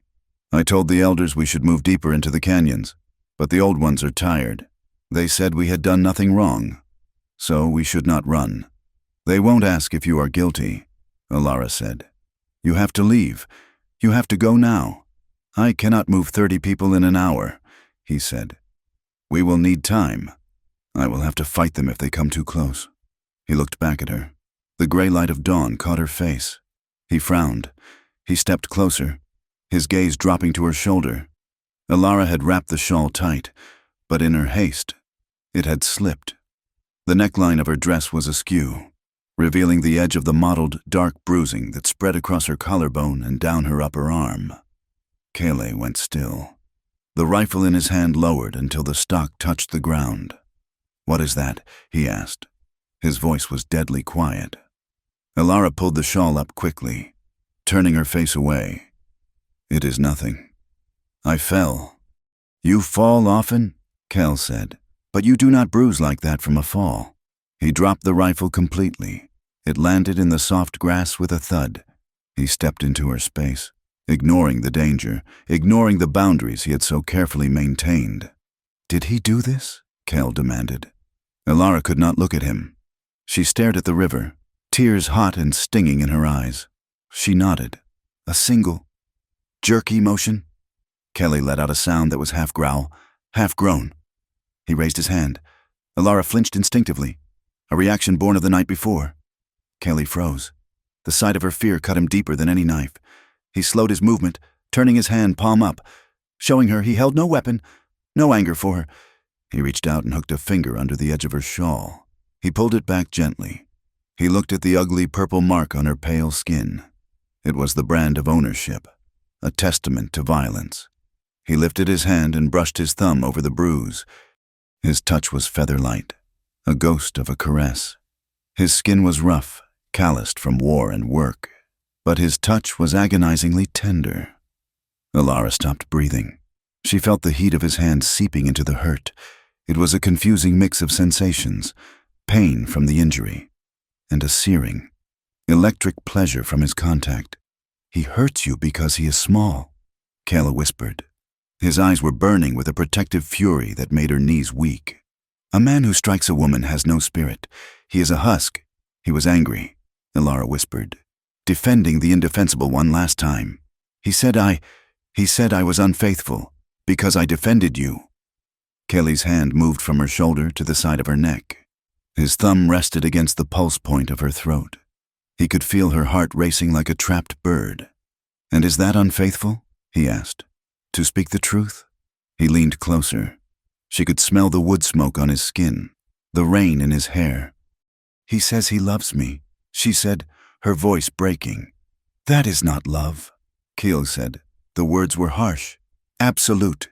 "To bruise is not to love. To own is not to love. Love is."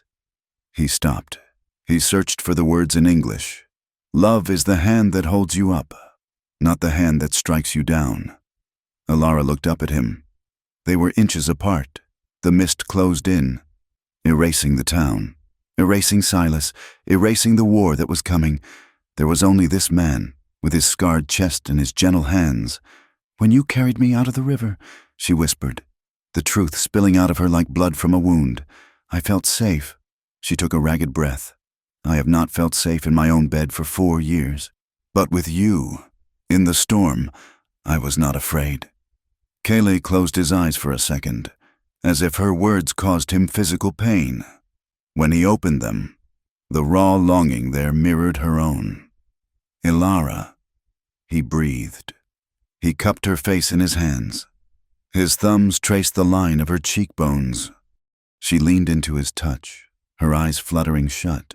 Her hands came up, gripping the front of his rough serape, her fingers curling into the wool. She wanted him to kiss her. She wanted it more than she wanted water, more than she wanted to live. She wanted to be held by a man who saw her as a treasure, not a possession. She tilted her face up, her lips parting. Kale leaned down.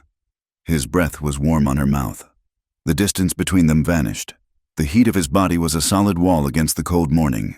For one suspended second, they existed in a world where nothing mattered but the pull of the tide between them.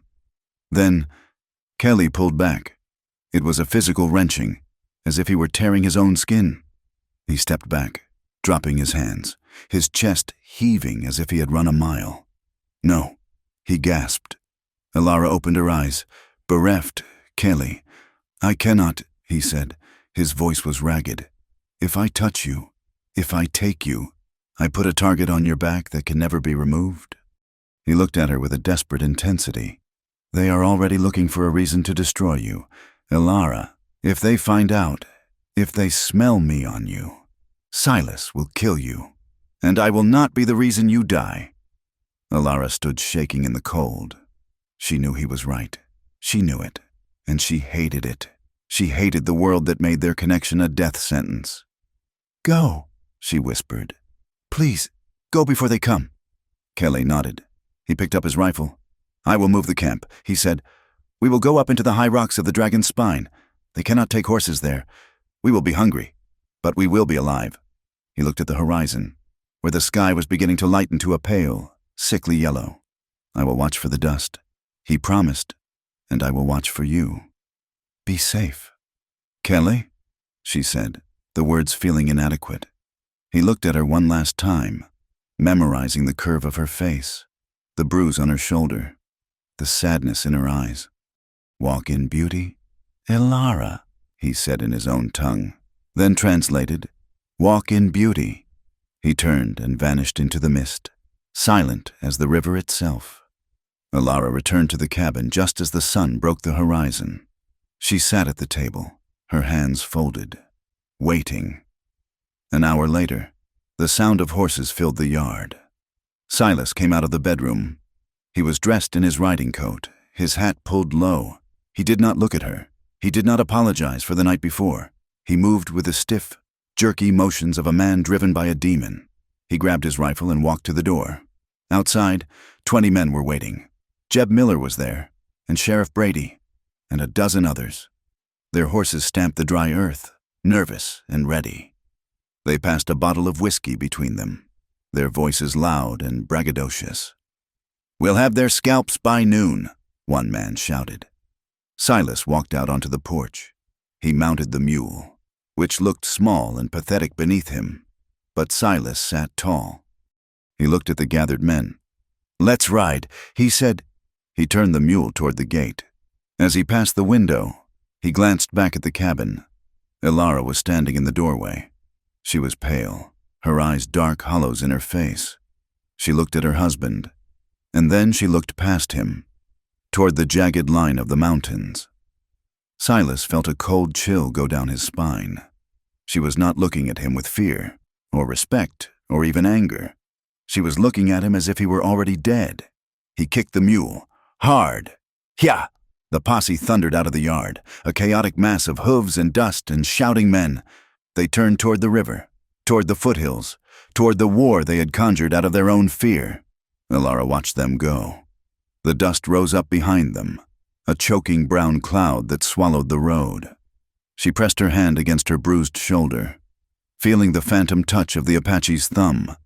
She felt it in her bones, deep and terrifying. The road Silas had chosen led only to one place. It led to blood, and she knew, with a sinking certainty, that before the sun set the river would run red. The sun over the Dragoon Mountains was not a celestial body. It was a physical weight, a hammer of white-hot iron striking the anvil of the earth. The posse rode into the teeth of it, leaving the relatively flat grasslands of the valley for the broken, tortuous terrain of the foothills. There were 20 men, their horses already lathered with sweat, their canteens growing light. They rode in a loose column, dust coating their faces in masks of gray powder. Silas Vance rode near the front, his mule picking its way over the loose shale with a surer footing than the heavier quarter horses of the ranchers. Silas did not feel the heat. A cold, hard knot of purpose had formed in his chest, impervious to the temperature. For years, he had felt like a passenger in his own life, buffeted by the whims of the weather and the market. Now, with the stock of his Winchester resting against his thigh, he felt like a man who held the reins of destiny. They are close, Jeb Miller shouted, pointing to a smudge of char on a rock face. They reined in. It was a campsite, abandoned perhaps a day ago. The ashes of the fire were cold, blown into gray drifts by the wind. The men dismounted, stiff and groaning. They prowled through the sight like wolves sniffing for weakness. Look at this, Sheriff Brady said, kicking a pile of debris. It was not the spoil of a war party. There were no stolen rifles, no glimmer of gold from Elias Thorne's wagon. There were discarded strips of rawhide, chewed on for sustenance. There was a broken basket woven from willow, patched 3 times. There were bones, not beef bones, but the small, fragile bones of rabbits and lizards. "They are starving," Brady muttered, wiping his brow. "This isn't a raiding party. Jeb, this is a family group. Look at the size of these moccasin prints. Children." Jeb Miller spat on the ground. "It is a trick. Sheriff, don't let them fool you. They leave this trash to make us soft, to make us think they are weak. Meanwhile, they are circling behind us, laughing." Silas looked at the broken basket.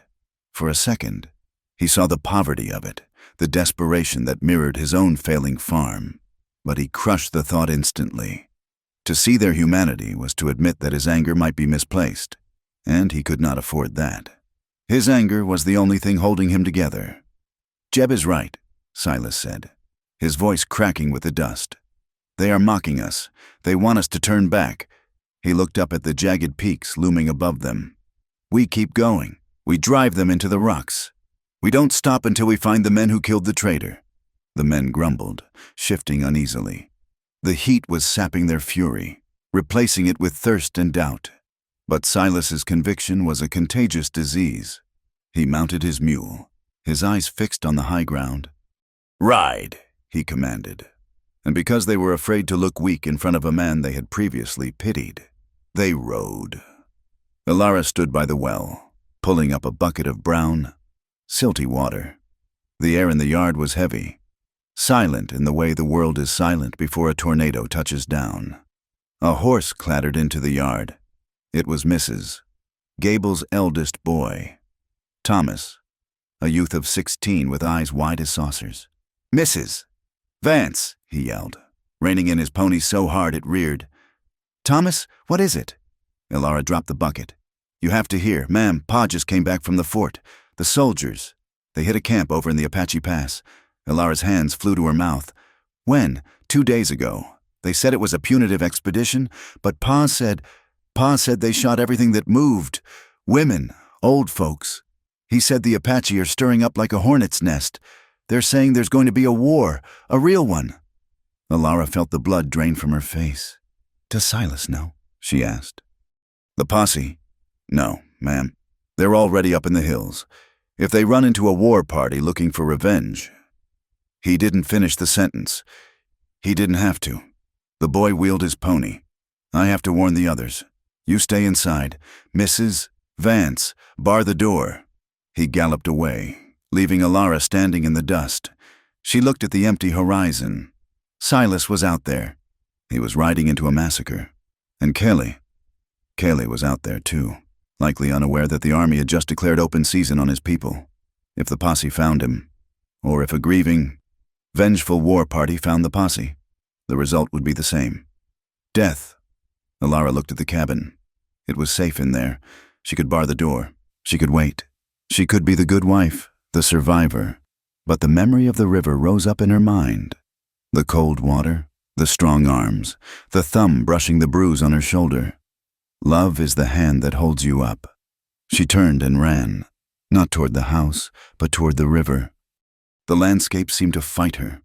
The dry grass whipped at her legs, the thorns tearing the hem of her dress.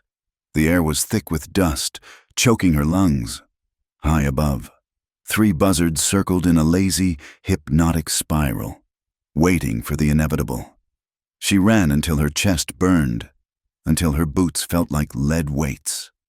She reached the river, scrambling down the bank to the hidden bend where she had last seen him. "He wasn't there. Kelle!" she screamed, her voice tearing at her throat. Silence answered her, just the wind in the dead cottonwoods and the buzz of flies.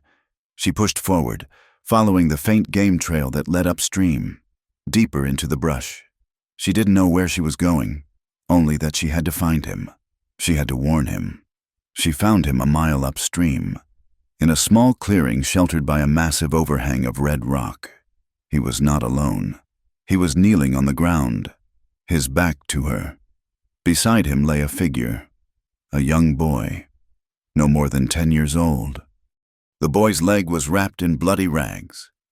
Kelly was carefully washing the wound with water from a gourd, his movements slow and agonizingly gentle. "Kayla!" Ilara gasped. Stumbling into the clearing, he spun around, reaching for the knife at his belt in a blur of motion. When he saw it was her, he froze. The hostility vanished, replaced by a look of profound shock. "Ilara?" He stood up, stepping between her and the boy. "What are you doing here?" he demanded. "It is not safe. You have to leave," she panted, doubling over, her hands on her knees. "You have to go, now." He moved to her, gripping her shoulders to steady her. She looked up at him, seeing the exhaustion etched into his face. "What is it?" he asked. "The posse. Yes, they are coming. Silas is with them. They are hunting. Kel, but that is not all." She gripped his forearms. "The soldiers. They attacked a camp in the Apache Pass. They killed people. The boy from town said the tribes are rising up. If Silas finds you, or if your people find him." Kaylee's face went rigid. He looked back at the injured boy, who was watching them with dark, fearful eyes.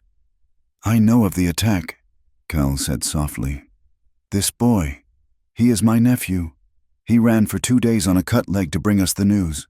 "Then you know you have to run," Ilara cried. "Take him. Take your people. Go deep into the mountains where horses cannot follow. We cannot run anymore." "Ilara," the words were flat, heavy as stones. "What?" "We are tired," he said. He looked at her, his eyes burning with a quiet, desperate fury. "We have run from the river. We have run from the valley. We have run to the rocks where nothing grows. And now you say we must run again? To where? To the sky? To anywhere that keeps you alive?" she shouted. "Is that life?" he snapped, his voice rising. "To live like a coyote, always looking over your shoulder? To watch your children chew on leather because you cannot hunt in the valleys that were once your home?" He stepped away from her, pacing the small clearing. "Your husband comes to kill us because we exist. The soldiers come to kill us because they are bored. And you come to tell me to hide. I am done hiding. Ilara, if they want to kill us, let them come. We will die on our feet." "You are giving them what they want," she argued, chasing after him. "If you fight, they will call you savages. They will say you deserved it. Silas wants an excuse." "Kelly, don't give it to him. I do not care what Silas wants," Kelly roared, spinning on her. The shout echoed off the canyon walls. "I care that my nephew cannot walk. I care that my people have no food. I care—" He stopped. His chest was heaving. He looked at her, and the anger drained out of him, leaving only a raw, bleeding vulnerability. "I care that I cannot protect you," he whispered. The silence that followed was sudden and absolute. Ilara stared at him. The distance between them, the cultural chasm, the war, the hate, it all dissolved. "I don't want protection," she said, her voice trembling. "I want you—" She saw the impact of the words hit him physically. He flinched. "Ilara, I think of you constantly." She confessed, the words rushing out now that the dam had broken. "When I am sweeping the floor, when I am lying in the dark listening to him breathe, I think of your hands. I think of your voice. You are the only thing that feels real in this entire, wretched world." She stepped closer, tears tracking through the dust on her face. "I thought I was dead in that river, Keely, and when you pulled me out, you didn't just save my life. You woke me up." Kaylee looked at her. He looked at the woman in the faded calico dress, the wife of his enemy, the symbol of everything that was destroying his world, and he saw only the light that had kept him from despair for weeks. "I tried to stay away," he said, his voice rough. "I tried to hate you. It would have been easier." He reached out, his hands shaking, and touched her cheek. "But every time I closed my eyes, I felt your heart beating against my chest. I felt the water on your skin. I thought that part of me had died with my wife, the part that could hope." He looked into her eyes, searching them, claiming them. "You brought it back," he whispered. Ilara let out a sob. She closed the distance between them. Kaylee, he pulled her into him, his arms wrapping around her with a force that knocked the breath from her lungs. It was not a gentle embrace. It was the desperate clutch of a drowning man finding a piece of driftwood. Alara buried her face in his neck, smelling the salt and the smoke. She gripped his shoulders, digging her fingers into the muscle. They held each other as if the ground were crumbling beneath their feet, as if the only solid thing in the universe was the contact of their bodies. Then he pulled back, just an inch, and found her mouth. The kiss was searing. It tasted of salt and grief. It was full of all the words they couldn't say, all the days they had lost, all the fear of the future. It was a kiss of goodbye and hello all at once. Alara melted into him, opening to him, letting the fire of it burn away the cold numbness that had ruled her life for so long. For a moment, there was no posse, there were no soldiers. There was only the heat of the sun and the heat of him. They broke apart, gasping for air, their foreheads resting against each other. Alara, he breathed, his eyes closed. "We have to go," she whispered against his lips. "Please, if we leave now." Gunfire cracked the air. It was distant, but unmistakable. Pop, pop, pop, the sound of rifles echoing off stone. They jerked apart. Kaylee's face transformed instantly. The lover vanished. The warrior returned. "They are at the lower camp," he said. He grabbed his rifle. He looked at the injured boy, then at Alara. "You cannot be here," he said fast, grabbing her arm. "If Silas sees you with me—" He dragged her toward a cluster of boulders at the edge of the clearing. "Stay down," he commanded, pushing her into the narrow crevice between the rocks.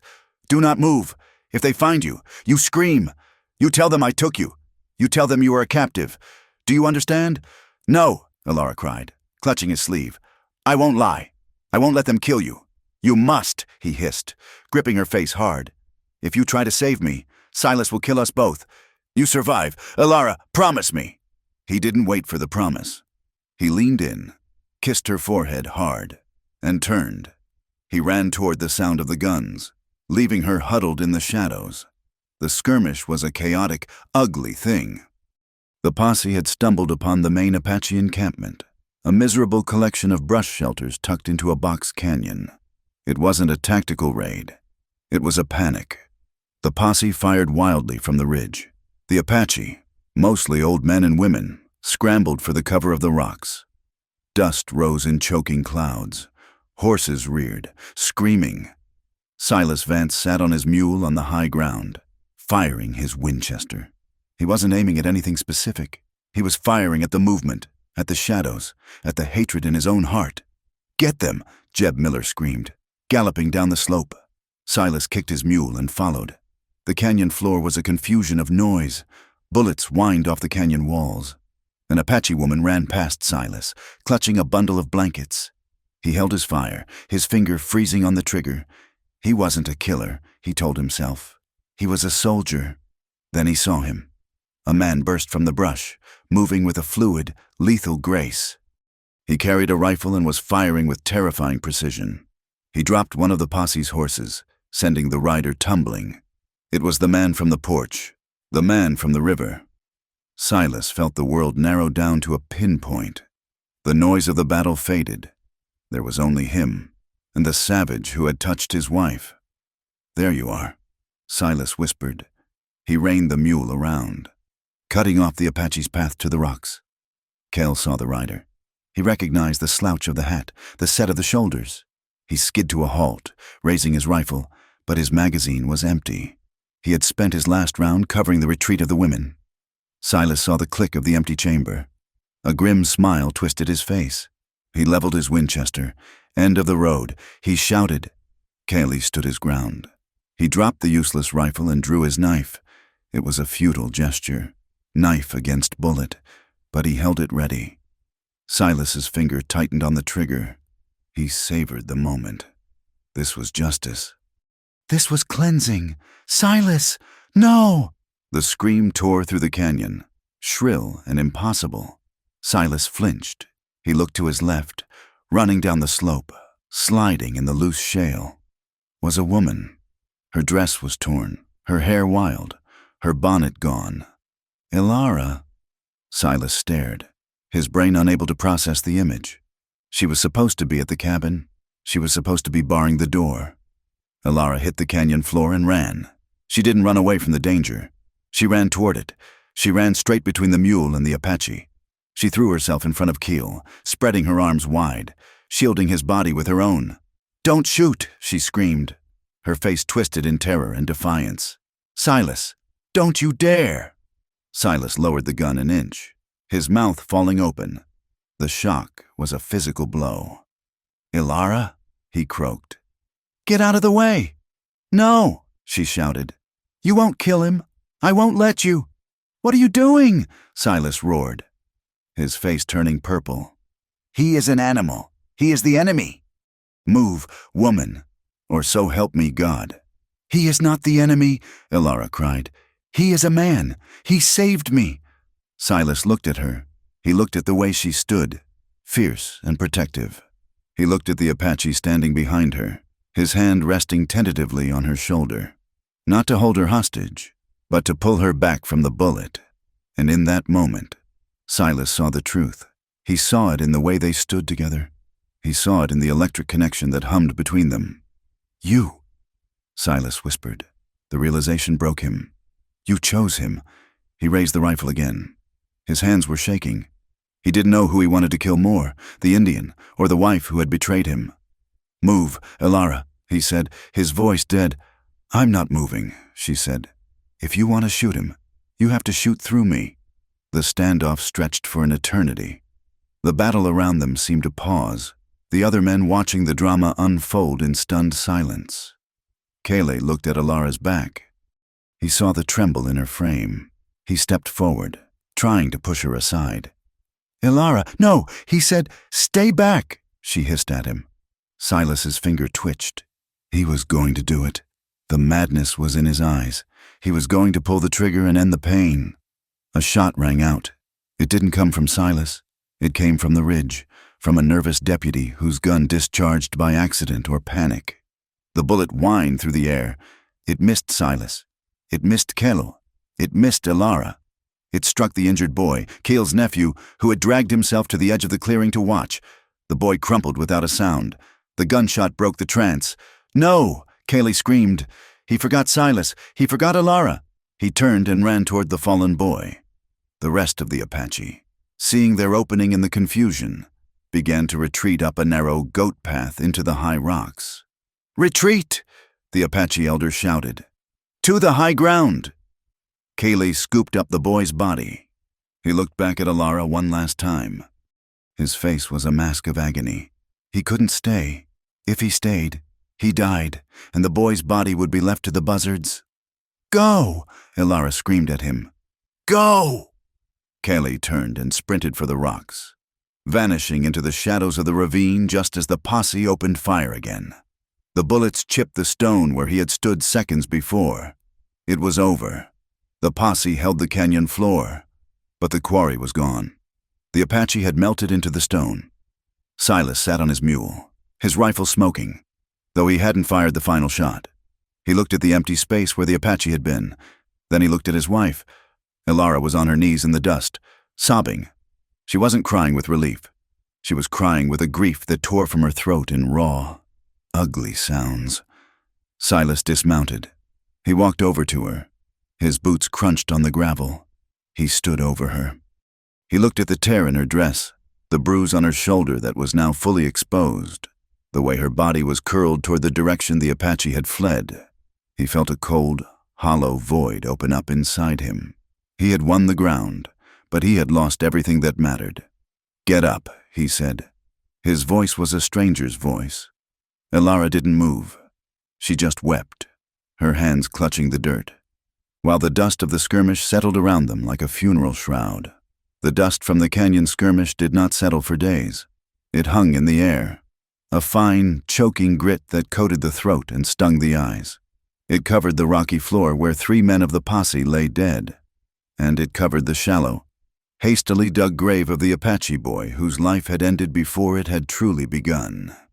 The ride back to Blackwood Creek was a procession of ghosts. There were no cheers, no victorious shouts of men who had defended their homes. There was only the creak of saddle leather, the stumble of exhausted horses, and the heavy, suffocating silence of failure.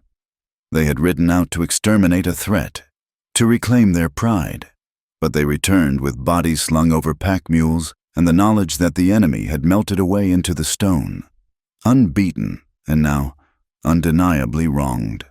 The land itself seemed to mourn. The rocks where the ambush had taken place were stained with blood that turned black in the sun. Broken arrows and brass shell casings lay scattered in the dirt, the debris of a hate that felt small and petty against the vast, indifferent backdrop of the mountains. The river flowed on, low and sluggish, washing over the stones with a sound that was no longer a song, but a dirge. In town, the victory was worse than hollow. It was rotten. The church bell tolled for 2 days.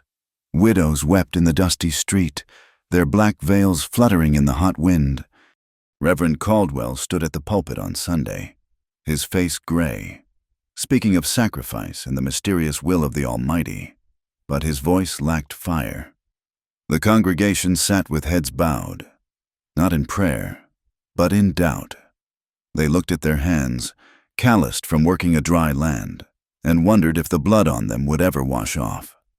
Silas Vance did not go to the funeral services. He sat on his porch, staring at the horizon. He had returned to the homestead a stranger to his own life. The rage that had fueled him for weeks had burned itself out, leaving behind a cold pile of ash that tasted of guilt and humiliation. He could not close his eyes without seeing it. The canyon floor, the sun beating down, and his wife, Ilara, running through the gunfire. He saw her spreading her arms. He saw the fierce, terrifying love in her face, not for him, but for the savage standing behind her. He saw the way she had looked at the Apache, and the way the Apache had looked at her. It was a look of shared humanity, of a bond forged in fire and water that Silas could not comprehend, let alone break. He had nearly killed her. The realization woke him up at night, shivering in the heat. He had aimed his rifle at his own wife because his pride could not bear the thought of her choosing another. Inside the cabin, the silence was a physical weight. Ilara moved through the rooms like a shadow. She was bruised, not just from the table or the fall in the canyon, but deep in her spirit. She cooked meals that neither of them ate. She mended clothes that no longer seemed to matter. For 3 days, they did not speak. It was Silas who finally broke the silence. He was sitting at the table, watching her sweep the floor. The sound of the broom on the wood was rhythmic, hypnotic, and maddening. "You shamed me," he said. His voice was not loud. It was cracked, dry as a dead leaf. Ilara stopped sweeping. She did not turn around immediately. She stood with her back to him, her grip on the broom handle tight. "I saved you from becoming a murderer," she said. "You chose him," Silas said. He slammed his hand on the table, but there was no strength in it. "In front of the whole town, in front of God, you stood between us and you chose the Indian. I chose life." "Silas," she said, turning to face him. Her face was pale, the dark circles under her eyes stark, but her gaze was steady. "I chose to stop a slaughter." "You defended him?" Silas accused, his voice trembling with a mixture of anger and a pathetic, childish hurt. "You looked at him like he was a man." "He is a man," Ilara said quietly. "And what am I?" Silas asked. "What am I to you?" "Ilara?" Ilara looked at him. She looked at the husband she had tried so hard to love, the man she had worked beside, starved beside, and prayed for. She saw the lines of bitterness etched into his face, the fear that he masked with rage. "You are a man eaten alive," she said softly. Silas flinched as if she had struck him. "You let the drought and the war take everything good from you. Silas, you let the fear turn you into something hard and cruel. You want to own the land, you want to own me, but you don't know how to love either of them. Don't you speak to me of love," he spat, standing up. "You, who runs to the river to meet a savage. You, who throws herself in front of bullets. You have betrayed your vows." "I kept my vows," Ilara said, her voice rising for the first time. "I kept them when the crops died. I kept them when you stopped speaking to me. I kept them when you bruised my arm and called me a whore. I kept them until the moment you decided that your pride was worth more than a human life." She leaned the broom against the wall. "I refuse to be devoured with you. Silas, I refuse to let your hate swallow me whole." The confrontation hung in the air, vibrating. It was not the screaming match of the saloon. It was quiet, shaking, and final. It was the sound of a foundation cracking beyond repair. Two people who might have found comfort in each other in another life, in a gentler world, looked at each other across the room and saw only strangers. Silas sat back down, putting his head in his hands. He did not argue further. He didn't have the energy. He was a man who had fought the world and lost, and now he had lost his home too. The weeks that followed were a strange, suspended purgatory. Rumors drifted in from the fort. The army was moving. A regiment of cavalry was sweeping down from the north, tasked with clearing the territory once and for all. They were rounding up the bands, forcing them onto reservations hundreds of miles away in the flat, barren scrublands of the east. The land felt emptier. The nights were quieter. The coyotes stopped howling, as if even the animals knew that the spirit of the wild was being caged. Elara waited. She went to the river every day. She told Silas she was fetching water, or washing clothes, or gathering herbs. He did not stop her. He had retreated into a sullen, drinking silence, spending his days in the barn or staring at the wall. He knew she was going, and he knew why, but he no longer had the will to fight the tide. The seasons began to shift. The brutal heat of the summer broke, replaced by the crisp, golden light of early autumn. A few rain showers, brief and merciful, coaxed a thin green haze over the grasslands. Small wildflowers, purple and yellow, pushed through the cracked earth of the riverbank, tiny, stubborn signs that life would persist, even amidst ruin. Elara scanned the ridges until her eyes ached. She watched for a silhouette, for a signal, for anything. But the horizon remained empty. Then she heard it. A trader passing through town mentioned a band of Apache moving high in the mountains, skirting the army patrols. They were heading south, he said, toward the deep barrancas of Mexico, where the cavalry could not follow. They passed close to the old river trail, the trader said, shaking his head. Crazy fools. They could have stayed hidden, but they came down near the valley, like they was saying goodbye. Elara's heart leaped into her throat. That evening, as the sky burned with the violent oranges and purples of a western sunset, she walked to the river. She did not bring a bucket. She did not bring a basket. She brought only herself. She followed the bend where the water flowed deep and slow, the place where the earth had collapsed under her feet so many months ago. The sound of the current was a steady rhythm, a heartbeat that seemed to sync with her own. She stepped onto the bank. There, on the flat limestone rock, was a token. It was not a stack of stones. It was a piece of driftwood, whittled with painstaking care. It was carved into the shape of a hawk, its wings spread wide. Caught in the act of taking flight, the wood was smooth, polished by hands that had taken the time to create beauty in the midst of a war. Elara picked it up, her breath caught in a sob. Her hands trembled as she traced the curve of the wooden wings. She looked up. He was there, on the far side of the river, perhaps 50 yards away. A horse stood in the shadows of the cottonwoods. Mounted on it was a figure that Elara knew better than she knew her own reflection. Kelly. He looked thinner. His ribs showed through his shirt, and his face was gaunt, the angles sharp and worn. He wore the dust of the trail like a second skin, but his back was straight, and his eyes, even across the distance, burned with that same intense, quiet fire. The river flowed between them, a physical barrier of water, but also a symbolic chasm of history, race, and blood. On her side was the town, the church, the husband, the safety of the cage. On his side was the wilderness, the hunger, the danger, and the freedom. They stared at each other for a long, silent moment. No words were shouted. The wind carried only the sound of the water and the cry of a real hawk circling above. Kelly raised his hand. It was a slow, solemn greeting. His eyes were full of an unspoken sorrow, a grief for the life they could not have in this place, but also an enduring, terrifying love that refused to die. Alara stepped to the edge of the water. Tears streamed down her face, hot and fast. Her lips formed his name, though no sound came out. Kelly, he could not cross. If he rode into the open, he would be seen. The army patrols were everywhere. He was a ghost, allowed only this one moment of visibility, but he could give her a choice. He lowered his hand and gestured. He pointed subtly downstream, to a place where the river widened and the water ran shallow over a hidden gravel bar, a ford known only to the deer and the Apache. Then, he turned his horse slightly and gestured toward the open horizon behind him, toward the mountains, toward Mexico. He did not promise her safety. He did not promise her a house with a wooden floor. He offered her the horizon.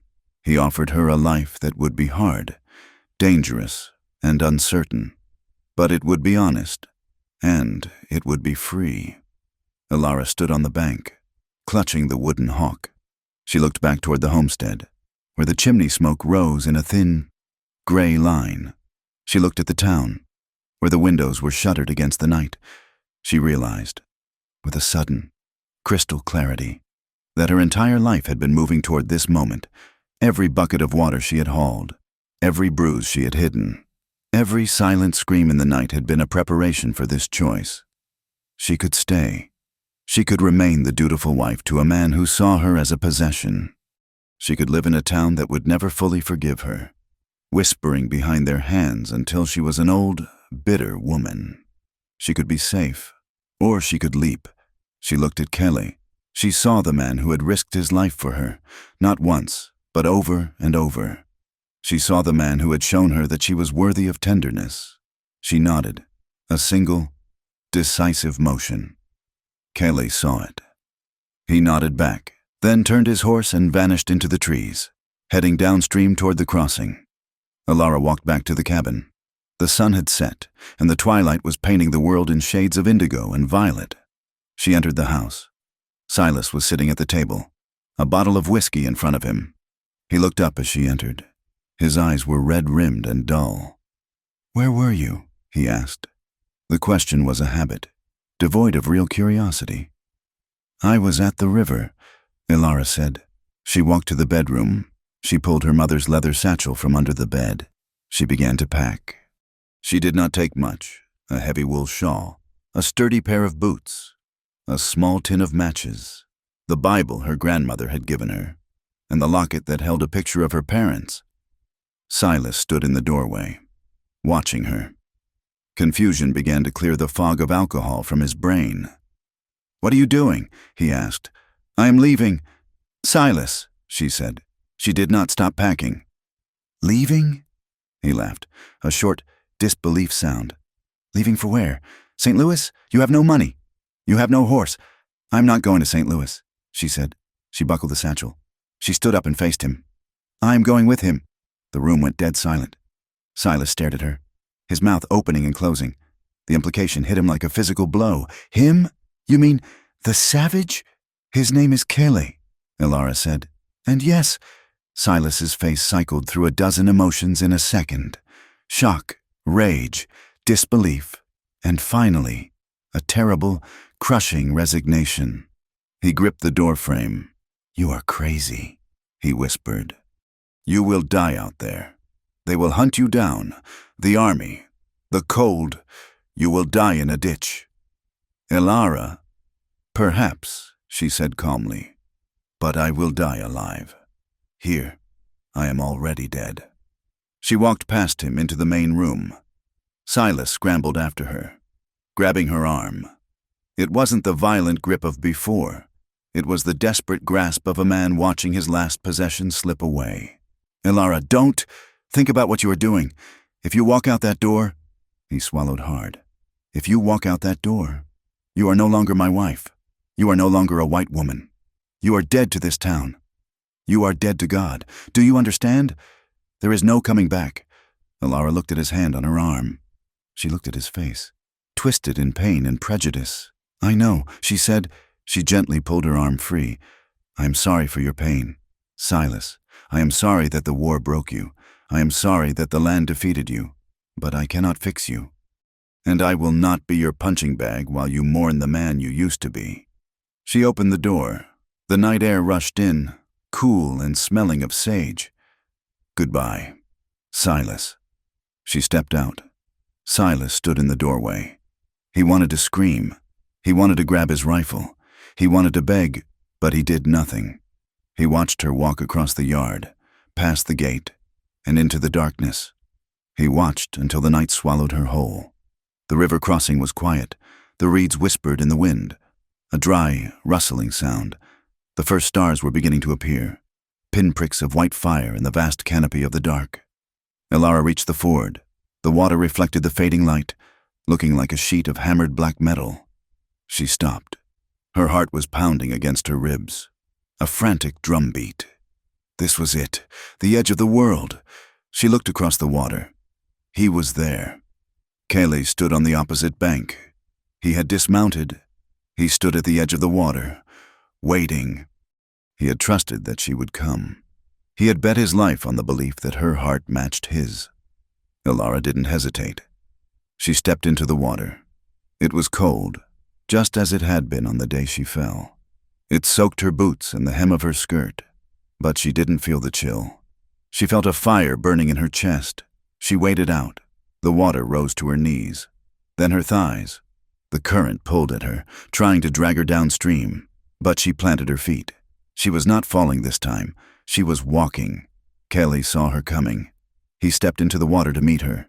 He waded out until the water was waist deep. He reached out his hands. Elara reached for him. Their hands clasped, wet, slippery, desperate. He pulled her the rest of the way. She stumbled into him, the water swirling around them, echoing the night he had carried her from death. But this time, she was not a victim. She was a partner. He wrapped his arms around her, and she wrapped hers around him. The embrace was fierce. It was the culmination of months of stolen glances, of silent conversations, of a love that had grown in the cracks of a broken world. They held each other as if anchoring themselves against the current of history. Kayleigh buried his face in her hair. Elara pressed her cheek against his wet shirt, listening to the thunder of his heart. "You came," he whispered, his voice thick with emotion. "I came," she said. He pulled back and looked at her. He touched her face, his thumbs brushing away the tears. "It will be hard," he said. "I know. It will be dangerous. I know." He nodded. He didn't offer false hope. He offered her his hand. He led her to the bank. He lifted her onto his horse, then swung up behind her. His arms went around her waist, holding her steady. They turned the horse away from the river, away from the town, away from the settlements and the soldiers and the fences. They rode toward the mountains, two silhouettes against the starlight, leaving behind the judgment of men, carrying the scars of the world in their hearts, but facing the dark together. Time moves differently in the high country. Sometime later, perhaps a year, perhaps two, in a hidden valley deep in the Sierra Madre, the air was thin and sweet. The land here was harsh, a fortress of stone and pine, but it offered life to those who knew how to ask for it. A clear stream tumbled over mossy rocks. Hardy plants, maize and squash, grew in small, carefully tended patches. A fire burned in a circle of stones, warm against the mountain chill. Around the fire, a small group of people sat. They were thinner than the people in the towns. Their clothes were patched with leather and buckskin, but their laughter was real. Kelly sat by the fire, whittling a piece of pine. He looked up as a woman approached. Elara wore a dress of buckskin, soft and durable. Her hair was loose, streaked with a few strands of gray, braided with a strip of leather. Her skin was brown from the sun, and the lines of worry that had once defined her face were gone, replaced by the fine lines of wind and laughter. She placed a hand on Kelly's shoulder. He covered her hand with his own, squeezing it. They looked at each other. They didn't need to speak. They had built a cabin near the edge of the trees, a small, sturdy thing that bridged two worlds. They had survived the winter. They had survived the hunters. They had survived. In the final light of the evening, they walked to the edge of the cliff that overlooked the vast, rolling expanse of the Wild West. The wind tangled Alara's hair. Kelly put his arm around her waist, pulling her close. They looked out over the ridges and the valleys, the world spreading out below them like a map of everything they had left behind. They knew the world beyond their ridge still held prejudice. They knew the soldiers were still out there. They knew that danger was a constant companion. But as they stood there, silhouetted against the burning sky, they were not afraid. They had found a love strong enough to defy the river that tried to drown them and the rope that tried to hang them. It was a love born in cold water and hardened by fire. And it was enough. Thank you for listening to this story. To everyone who journeyed with Alara and Kelly through the rivers and ridges of the American West, I hope their story resonated with you. I would love to know where you are listening from. Please leave a comment below and share your location.